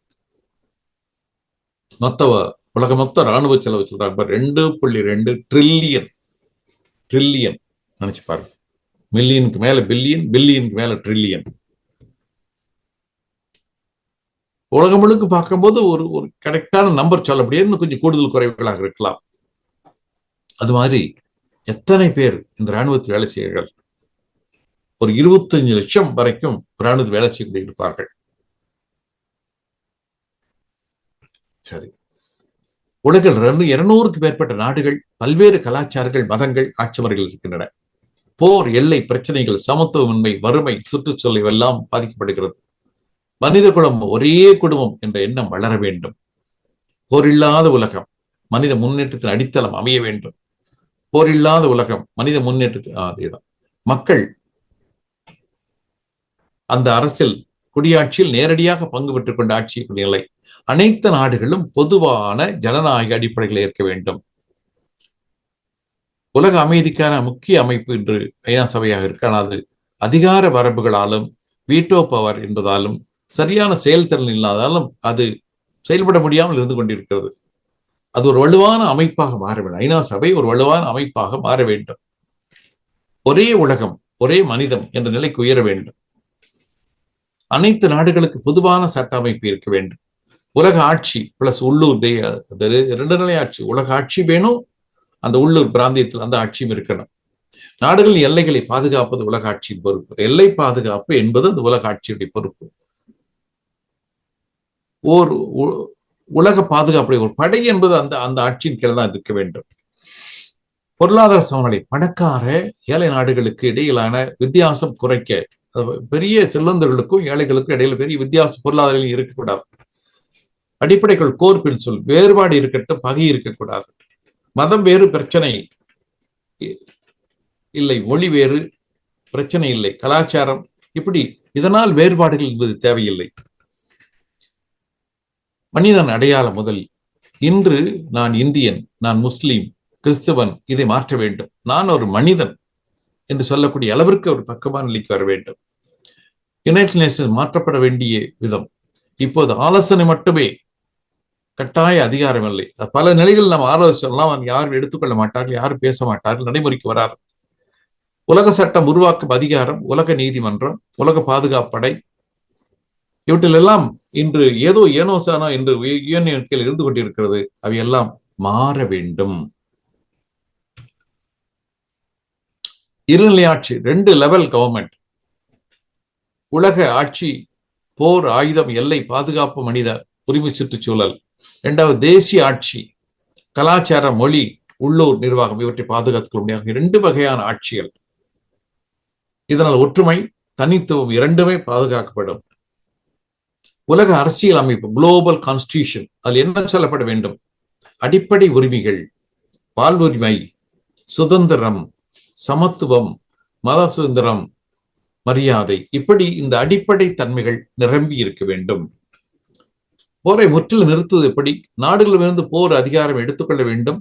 ஒரே உலக பாதுகாப்பு அமைப்பு, எல்லா நாடுகளிலும் இருக்கக்கூடிய தனித்தனியான இராணுவ அமைப்பை அதை கலைத்து விட்டு இந்த உலகம் முழுவதும் சேர்ந்து ஒரே ஒரு இராணுவம் மட்டும் வைத்திருக்க வேண்டும். அப்பொழுது தனித்தனியாக சண்டைகள் வராது. என இராணுவம் எடுக்கப்பட்டு விட்டால், அதாவது தனி நாடுகள் படையில்லை, அந்த தனி நாடுகளுக்கு படை இருக்கக்கூடாது. மொத்தமாக அது ஒரு பெரிய நாட்டிற்கு இருக்கணும். அது ஐநா சபை போன்ற அமைப்புக்கு மட்டும்தான் அது இருக்கணும். மற்ற எல்லா நாடுகளுக்கும் சின்ன சின்ன பகுதியா போயிடுச்சுன்னா அவர்களுக்குள்ளே சண்டை போட்டுக்கொண்டு மீண்டும் அதை உலக போராக மாற்றி விடுவார்கள். பொருளாதார சமநிலை போர் ஏற்படும் முக்கிய சமத்துவமின்மை, அதாவது உலக வரி அமைப்பு, ஏழை நாடுகளுக்கு நேரடி ஆதரவு, உணவு, நீர், கல்வி, அடிப்படை உரிமை, இப்படி நமக்கு நம்முடைய பொருளாதாரத்தை பயன்படுத்தி ஏழை நாடுகளுக்கு கொடுத்து அது முன்னேறுவதற்கும், இந்த குழந்தைகள் முன்னேறுவதற்கும், நல்ல கல்வி கிடைப்பதற்கும் ஒரு காரணமாக அமையலாம். மோஸ்ட் பவர்ஃபுல் கல்விதான் முக்கியமானது. குழந்தைகளுக்கு மதம் கற்றுக் கொடுக்க வேண்டாம், மனித ஒற்றுமையை கற்றுக் கொடுப்போம். பாடங்களில் உலக குடிமகன் சிந்தனை இருக்கட்டும், கலாச்சாரத்துக்கான மரியாதை இருக்கட்டும். ஆமா, அறிவியல் நீதியாக சென்றால் அங்கே மனித நேயம் ஏற்படும். அதே சமயத்தில் ஒருவரை ஒருவர் புரிந்து கொள்ளக்கூடிய தன்மைகள் ஏற்படும், விட்டுக் கொடுக்கக்கூடிய தன்மைகள் ஏற்படும். தொழில்நுட்பத்தில் இங்கு இப்பொழுதெல்லாம் ஆர்டிபிஷியல் இன்டெலிஜென்ஸ் சொல்கிறோமே, அதன் மூலமாக நிறைய காரியங்களை செய்கிறார்கள். பல 100 பேர் செய்யக்கூடிய வேலைகளை அது ஒரு நாளில் செய்து முடிக்கிறது. அதற்கு அப்படிப்பட்ட அமைப்பை பயன்படுத்தி கொண்டு கூட நாம் இன்னும் விரிவாக வருவதற்கு காரணம் கண்டுபிடிக்கலாம். ஏஐ மூலம் உலக நிர்வாகத்தை திறம்பட செயல்படலாம். மொழி தடைகள் நீங்கும், தகவல்கள் வெளிப்படைத்தன்மை எங்கே எல்லாம் எந்த விஷயமா இருந்தாலும் ஏஐ கேட்ட எல்லாம் சொல்ல ஆரம்பிக்குது. அது இன்னும் வரக்கூடிய காலகட்டத்தில் இன்னும் மோர் ஃப்ரெண்ட்லி வித் ஹியூமன் பீயிங்காக மாறலாம். அப்படி மாறுகின்ற போது இன்னும் நிறைய நன்மைகளை அவற்றின் மூலமாக நாம் அனுபவிக்க முடியும். உண்மையான சவால்கள், இதை கவனிக்காமல் நம்ம மனம் போன போக்கில் பேசிக்கொண்டிருந்தால் பயனில்லை. தேசியவாதம், நேஷனலிசம், அதிகார ஆசை, பவர் பாலிடிக்ஸ், மத தீவிரவாதம், பொருளாதார பேராசை, இவைகளை நேராக சமாளிக்க வேண்டும். பாருங்க எப்படி மகிழ்ச்சியர்கள் சொல்றாரு பாருங்க. நம்ம நாட்டு பற்று என்பது இருக்கணும். வெறும் பவர் பாலிடிக்ஸ் தேவையில்லை. தீவிரவாதம் என்று முற்றிலுமாக மாற்றப்பட வேண்டும். நம்முடைய பொருளாதாரத்தை வளர்ப்பதற்கு நாம் அதற்கான சரியான முயற்சிகளை செய்யணும். நடைமுறை பாதை ரியலிஸ்டிக் பார்த்து அதுக்கு என்ன செய்யணும்? யுனைடெட் நேஷனை வலுப்படுத்தணும். அந்த யூரோப்பியன் யூனியன் எப்படி வந்திருக்குது, பிரிக்ஸ் எப்படி வந்திருக்குது, இது போன்ற பல அமைப்புகள் வந்து வந்து வந்து வந்து அவை தனது எஃபிஷியன்சியை நிரூபிச்சு கடைசியில் எல்லாரும் மொத்தமாக சேர்ந்து ஆரம்பிக்க மாற வேண்டும். உலக சட்ட ஒப்பந்தங்கள், இன்று நாட்டுக்கான சட்டம் இருக்குது, உலகத்திற்கான சட்ட ஒப்பந்தங்கள் அதிகமா இல்லை, அதுவும் கொண்டு வரப்பட வேண்டும். அதிகார மாற்றம் படிப்படியாக இது கட்சி என்ற நிலையிலிருந்து மாறி நல்லவர்களுக்கு அந்த ஆட்சி மாற்றம் வர வேண்டும். சரி, இங்கே மதம் வேறாக இருக்கலாம், கலாச்சாரம் வேறாக இருக்கலாம், ஆனால் மனம் மட்டும் சரியாக இருந்தால் நாம் நிறைய காரியங்களை செய்ய வேண்டியும். பாருங்க, ஒரு படம் போட்டிருக்காங்க பாருங்க. ஓருலக ஆட்சி வருகின்ற போது எப்படி இருக்கும்? உலகம் முழுவதும் இருக்கும், அன்னைக்கு அமைதி இருக்கும், எல்லா மனிதனுக்கு தேவையான உரிமை இருக்கா, கதை ஒரு புறாவுன்னு போட்டு இந்த பாருங்க. சட்டம் உலகம் முழுவதும் சேர்ந்து ஒரே சட்டமாக இருக்கும். தனித்தனி நாடுகள் இப்ப வந்து நம்ம இந்தியாவில் மைய அரசு சட்டம் வச்சிருக்கு, மாநில அரசு சட்டம் வச்சிருக்கு. மைய அரசு பொதுவாக எல்லா மக்களுக்கும் சேர்ந்து ஒரு அமைப்பாக இருக்கும். மாநில அரசு அந்தந்த பிராந்தியத்துக்கு ஏற்ற வகையில் சட்டங்கள் வைத்திருக்கிறார்கள். அதே போன்று உலகம் முழுவதும் சேர்ந்து ஒரு சட்ட அமைப்பு இருக்கலாம், ஒரு இராணுவம் இருக்கலாம். எந்த நாடும் போராடக்கூடாது என்று சொல்லி அந்த அமைப்பு சொல்லலாம். அந்த அமைப்பு சொல்வதை கேட்கக்கூடிய வகையில் எல்லா நாடுகளும் இருக்க வேண்டும். அடுத்ததாக மக்கள் சபை, இப்படி அங்க நம்ம எப்படி நம்ம பார்லிமெண்ட் வச்சிருக்கோம் அது போன்ற ஒரு அமைப்பு அங்க இருக்கணும். இன்றைக்கு கூட ஜெனரல் கவுன்சில் என்பது இருக்கிறது, செக்யூரிட்டி கவுன்சில் என்பதும் அங்க இருந்து கொண்டிருக்கிறது.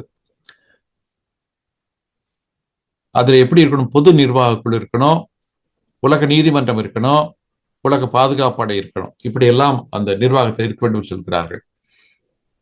அப்ப அதன் மூலமாக அந்த வரி விதிப்பு இருக்கும்.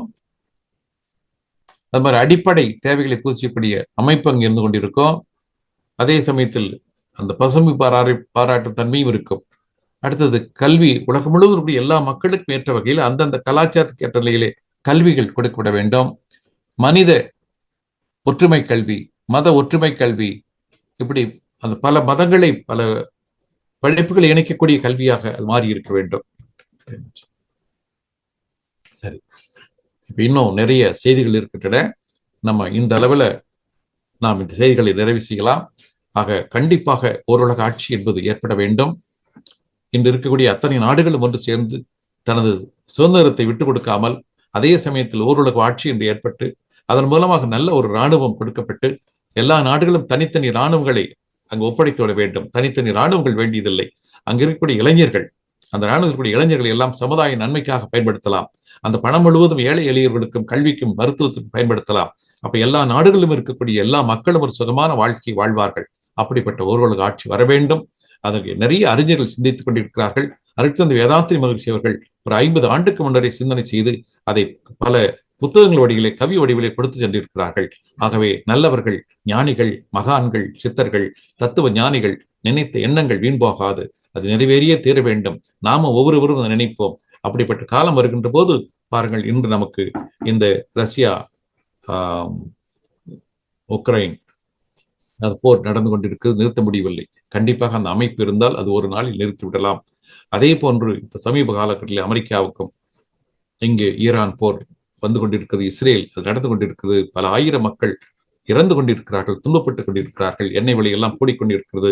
அந்த உலக அமைப்பு, ஓரளவு ஆட்சி என்ற ஒரு அமைப்பு இருந்தால் அது ஒரு நாளில் அதை கட்டுப்படுத்தி விடலாம். இன்று கட்டுப்படுத்த முடியாமல் யார் சொன்னாலும் யாரும் கேட்பதில்லை என்ற நிலை சென்று கொண்டிருக்கிறது. இவையெல்லாம் மாற வேண்டும் என்று சொன்னால் கண்டிப்பாக ஓரளவு ஆட்சி என்பது வந்து தீர வேண்டும் என்று சொல்லி கொஞ்சம் நேரம் அதிகமாகிவிட்டது. இருந்தாலும் நல்ல கருத்தை எல்லோரும் கேட்டு அமர்ந்திருக்கிறீர்கள். உங்கள் அத்தனை பேருக்கு நன்றி தெரிவித்து கண்டிப்பாக நம்முடைய காலத்திலேயே ஓரளவு ஆட்சியை நாம் பார்க்க வேண்டும். இன்னும் ஒரு 10-20 ஆண்டுகளுக்குள்ளாகவே இப்படிப்பட்ட நல்ல செய்திகள் வந்து சேர வேண்டும் என்று மனதார நினைத்து வாழ்த்தி அதற்கு இறையர்களும் குருவர்களும் துணை புரிய வேண்டும் என்று வாழ்த்து நிறைவு செய்கிறேன். வாழ்க வளமுடன், வாழ்க வளமுடன், வாழ்க வளமுடன். கேள்வி கேட்க விரும்பும் அன்பர்கள் தங்களுடைய கைபேசியை தாங்களே அன்மியூட் செய்து கொண்டு கேள்விகளை மட்டும் சுருக்கமாக கேட்கும் பொழுது அனைவருக்கும் அது பயனுள்ளதாக அமையும் என்பதை அன்போடு தெரிவித்துக் கொள்கிறோம். பிரேம் ஐயா, நீங்க ஐயா கிட்ட பேசலாம். வாழ்க வளமுடன். வாழ்க வளமுடன் ஐயா. சிங்கப்பூர்ல இருந்து பிரேம் பேசுறேன் ஐயா. நான் வேதாத்திரி மகரிஷியோட ஆராய்ச்சி குழு உறுப்பினரா இருக்கேன் ஐயா. வாழ்க வளமுடன் ஐயா. வாழ்க வளமுடன். சொல்லுங்க சொல்லுங்க ஐயா. ரொம்ப சிறப்புங்கய்யா. ரொம்ப விளக்கமா அழகா எடுத்து கொடுத்தீங்க மகரிஷியோட கருத்துக்கள். மகரிஷி ஐயா இது உணர்ந்து சொன்ன தத்துவம். அதாவது மெய்ஞானத்தை மட்டும் சொல்லல, உலகில் எங்க போர் நடந்தாலும் அது நம்மளுடைய அடுப்பாங்கரையில கூட பாதிப்பை ஏற்படுத்தும். உதாரணம், எங்கேயோ 2 நாடுகளுக்கு, ஈரான் அமெரிக்கா நாடுகளுக்கு நடக்கிற போர் நம்மளுடைய வீட்டில் உள்ள கேஸுக்கும் நம்மளுடைய காருக்கும் பாதிப்பு ஏற்படும்ங்கிறத 50 வருடத்துக்கு முன்னாடியே உணர்ந்து அதை பார்த்து அதுதான் சமுதாய சேவா சங்கம்னு வச்சிருக்காங்க. அது விளக்கமா சொன்னீங்க. அது தீர்வும் சொல்லிட்டீங்க. அது ஒரு சின்ன கேள்வி கேட்குறேன்யா. சொல்லுங்க. ஏன்னா இப்ப நீங்க அழகா சொல்லுவீங்க, சைனாவும் இந்தியாவும் ரெண்டும் சேர்ந்தா 200 கோடி மக்கள் இருக்காங்க. கிட்டத்தட்ட உலக மக்கள் தொகையில ஒரு 20% நம்ம இருக்கோம். நம்ம 144 கோடி இருக்கோம். அவங்க கிட்டத்தட்ட 142, சேர்த்தா கிட்டத்தட்ட 300 கோடி. மொத்த மக்கள் தொகை 800 கோடி. அதுல நம்ம மட்டுமே, இந்த 2 நாடு மட்டுமே 300 கோடி வந்துடணும். ஆமாங்க, அது நல்ல ஒரு அழகான நோக்கங்க. அப்ப நம்மளுடைய சகோதர நாடா அதை எடுத்துக்கலாம். ஏன்னா நாங்க இப்ப ஒர்க் பண்றது எல்லாமே சைனா கம்பெனி, சகோதரர்கள் தான் நம்ம. அதை பழைய காலத்திலேயே நம்முடைய முனிவர்கள், ரிஷிகள், போதி தர்மர், போகர் போன்றவர்கள் சைனாவோட நல்லுணர்வு வச்சிருக்காங்க. அதே மாதிரி நம்மளுடைய தத்துவத்தை அங்க கொண்டு போய் கொஞ்சம் கொஞ்சமா கொண்டு போகலாம். எடுத்த உடனே ஒரு 700 கோடி மக்கள் 200 நாடுகள்னு போறதை விட பக்கத்துல ஃபர்ஸ்ட் நம்மளுடைய இந்தியாவில் இந்த உலக சமுதாய சேவா சங்கம் இருக்கு. இதோடைய தத்துவத்தை உலக நாடுகளுக்கு கொண்டு போறதுக்கு முன்னாடி நம்மளுடைய சகோதர நாடுகள்னு சைனாவை கொண்டு போகும் பொழுது ஒரு 100 கோடி பேருக்கு மேல ரீச் ஆயிரும். அப்ப அதுல இருந்து கொண்டு போனா அப்புறம் ரஷ்யா போல நட்பு நாடுகளுக்கு ஃபர்ஸ்ட் கொண்டு போகலாம். என்னுடைய சஜஷன் என்னன்னா, ஃபர்ஸ்ட் நட்பு நாடுகள் G7, G20 அப்படிங்கிற பெரிய பெரிய அமைப்புக்கு போறதுக்கு முன்னாடி நம்மளுடைய நட்பு நாடுகளுக்கு இதை கொண்டு போறதுக்கு ஒரு பொதுவான இதை ஒரு சஜஷன் கொடுக்குறேன். ஏன் நீங்க டிசிஷன் எடுத்துங்க.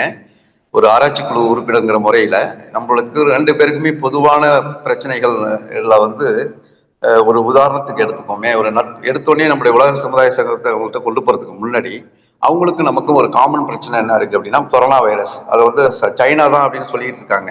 ஆக்சுவலி அது கிடையாதுன்ட்டு நம்ம உலக சமுதாய சேவா சங்கம் நம்ம ப்ரூஃப் பண்ணியிருக்கோம்.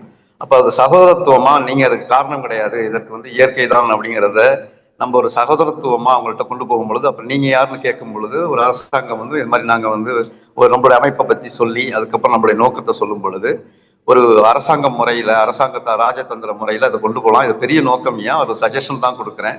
சின்ன சின்னதாக தான் ஏன் கொண்டு போக முடியும். ஏன்னா ஒரு நாடு 2 நாடு அப்படின்னு போகும்பொழுது ஃபர்ஸ்ட் இப்போ நம்ம நாட்டில் வளர்ந்துட்டு மகரிஷியோட இது எல்லாருக்கும் தெரியுது. இப்போ மலேசியா, சிங்கப்பூர் நாடுகளுக்கு தெரியுது.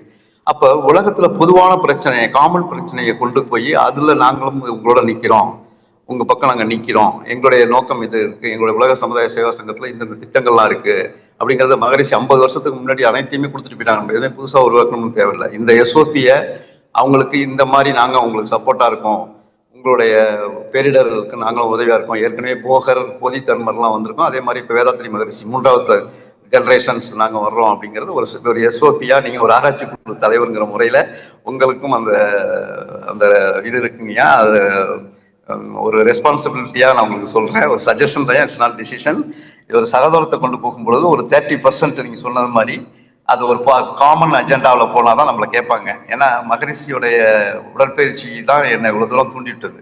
அவருடைய இதில் அந்த உடல் நோயை, மனநோயை தீர்த்தது தான் எனக்கு இந்த அளவுக்கு ஆர்வத்தை கொடுத்தது. அதே மாதிரி அவர்களுடைய மனநோயையும் உடல் நோயையும் ஃபர்ஸ்ட் தீர்க்கணும் கருணையோட. அப்பதான் அவங்க நம்மளை பார்ப்பாங்க, சரி நீங்க யாரு அப்படின்ட்டு. அப்ப அப்படி கொண்டு போகலாம்ங்கிறது என்னுடைய சஜஷன். அப்ப சைனா போனதுக்கு அப்புறம் ரஷ்யான்னு போகும்போது G7, G20 போகும்பொழுது ஆட்டோமேட்டிக்கா போகுங்க. இது லாங் ப்ராசஸ். மகரிஷி சொன்ன மாதிரி 50 வருஷம் பேசப்படும், 100 வருடங்களில் அமலாக்கப்படும் சொல்றாங்க. அந்த இதுல ஆரம்பத்துல நம்ம இருக்கேன். வாழ்க வளமுடன். நன்றிங்க உங்களுடைய விளக்கத்துக்கும். நீங்க சொன்ன யோசனை ரொம்ப நல்ல யோசனைங்க. ஏன்னா நம்ம 200 நாடுகளையும் தனித்தனியா முயற்சி செய்வதை விட நமக்கு அண்டை நாடான ஒரு சைனா, அதுல கிட்டத்தட்ட நம்ம நாட்டு அளவுக்கு அங்க மக்கள் தொகை இருக்கிறாங்க. இன்னொரு கலாச்சார ரீதியா நம்ம சைனாவும் நிறைய ஒற்றுமைகள் இருக்கிறது. நீங்க சொன்ன மாதிரி அந்த காலத்துல நிறைய சித்தர்கள் நம்முடைய தமிழ்நாட்டிலிருந்து இந்தியாவிலிருந்து சைனாவுக்கு போயிட்டு வந்திருக்காங்க. சைனாவுடைய சித்தர்கள் நம்முடைய நாட்டுக்கு நிறைய செய்திகளை கொடுத்துருக்காங்க. சைனாவுடைய மதம் பார்த்தீங்கன்னா அதிகமா அவங்க புத்த மதம் இருக்கக்கூடிய நாடு. அந்த புத்த மதம் ஆரம்பிச்சது நம்முடைய நாட்டில இருந்து ஆரம்பிச்சு சென்றிருக்கிறது. இப்படி பல ஒற்றுமைகள் நமக்கு அவங்களுக்கு நல்லா இருக்கு. இன்னும் தான் ஒரு சகோதரத்தோடு நம்முடைய நாடும் சைனா நாடும் இன்னும் கொஞ்சம் சகோதரத்தை வளர்த்து கொண்டிருந்தால் கண்டிப்பாக இந்த 2 நாடுகளும் ஒன்றிணையும் போது அது உலகிலே ஒரு பெரிய அமைப்பாக இருக்க முடியும். ரெண்டையும் சேர்க்கும் போது கிட்டத்தட்ட 300 கோடி மக்கள் வந்து விடுகிறார்கள். அதுக்கடுத்து நீங்க சொன்ன மாதிரி நமக்கு அருகில் இருக்கக்கூடிய ரஷ்யா நாடு, அது இன்று சைனாவோடும் இந்தியாவோடும் மிகுந்த ஒரு ஒற்றுமையோடு இருந்து கொண்டிருக்கிறார்கள். அடுத்து நம்ம அங்க கொண்டு போவதற்கான ஒரு முயற்சிகளை செய்யலாம். இப்படி ஒரு அண்டை நாடுகளோடு நாம் வளர்ச்சியை பெறுகின்ற போது அதிலே அதிகமான மக்கள் தொகையை நம்ம கவர் செய்யலாம். அதன் பிறகு நீங்க சொல்ற மாதிரி வேறு வேறு வெளிநாடுகளுக்கும் செல்வதற்கான முயற்சிகள் செய்யலாம். இது நல்ல யோசனைகள். நம்ம கூட அது சைனா மொழியில் இது செல்ல வேண்டும் என்பதற்காக சில திட்டங்களை எல்லாம் தீட்டிக் கொண்டிருக்கிறோம். ஏற்கனவே நம்ம சிங்கப்பூர் வந்தப்போ கூட அதுக்கான முயற்சிகளை செய்தோம். அங்க மலேசியாவிலிருந்து கூட அதற்கான முயற்சிகள் நம்ம செய்து கொண்டிருக்கிறோம். அதனால இதற்கு நீங்க சொன்ன யோசனை அருமையான யோசனை.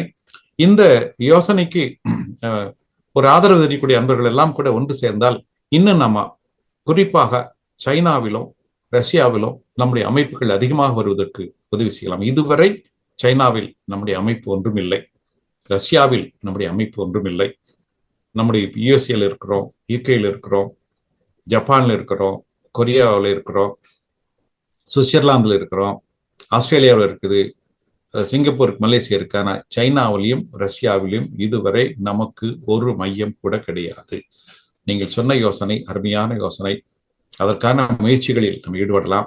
நீங்களும் வேறு ஏதாவது ஆலோசனை இருந்தாலும், அங்கு நண்பர்கள் உறவினர்கள் யாராவது இருந்தாலும், இது கேட்டுக்கொண்டிருக்கக்கூடிய அன்பர்கள், உங்களுடைய நண்பர்கள் உறவினர்கள் சைனாவிலோ ரஷ்யாவிலோ இருந்தால் கொஞ்சம் என்னுடைய எண்ணுக்கு நீங்கள் ஒரு தொடர்பு கொள்ளுங்கள்.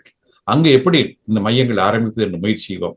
ஏனென்று சொன்னால் உலகம் முழுவதும் நம்முடைய வேதாத்திரியம் வளர்ந்து விட்டால் அமைதி தானாக வந்துவிடும். அந்த ஐநா சபை அமைப்பு தானாக மாறிவிடும். இந்த வேதாத்திரியம் வளர வேண்டும். இந்த அமைதி சொல்லக்கூடிய இந்த கலை எல்லாருக்கும் சென்று சேர வேண்டும். கற்றுக்கொண்டால் கண்டிப்பாக அவர்கள் நல்லவர்களாக வருவார்கள். இந்த உலகத்தில் அமைதி வர வேண்டும், போர் நிற்க வேண்டும் என்ற நிலைக்கு தானாக வந்து விடுவார்கள். ஆக வேதாத்திரியம் பரவினால் இந்த உலக அமைதி வந்தே தீரும். அதில் பிரேம் சொன்ன யோசனைகள் மிக மிக நல்ல யோசனை. அந்த யோசனையை நான் வரவேற்கிறேன். நம்ம செயல்படுத்துவதற்கான முயற்சிகள் செய்வோம். இதில் இணைந்திருக்கக்கூடிய அத்தனை பேருமே என்று கிட்டத்தட்ட ஒரு 115 அன்பர்கள் இதில் இணைந்திருக்கிறார்கள். உங்களுக்கும் அதில் ஏதாவது இந்த செய்தியில் தொடர்பு இருந்தால் இப்படி செய்யலாம் என்ற ஒரு ஆர்வம் இருந்தால் தயவு செய்து நீங்கள் அதை பின்னர் அதை போன் மூலமாக பகிர்ந்து கொள்ளலாம் என்று வேண்டிக் கொண்டு பிரேம் அவர்களுக்கு எனது மனமார்ந்த நன்றிகளை தெரிவித்து மகிழ்கிறேன். வாழ்க வளமுடன். வாழ்க வளமுடன்.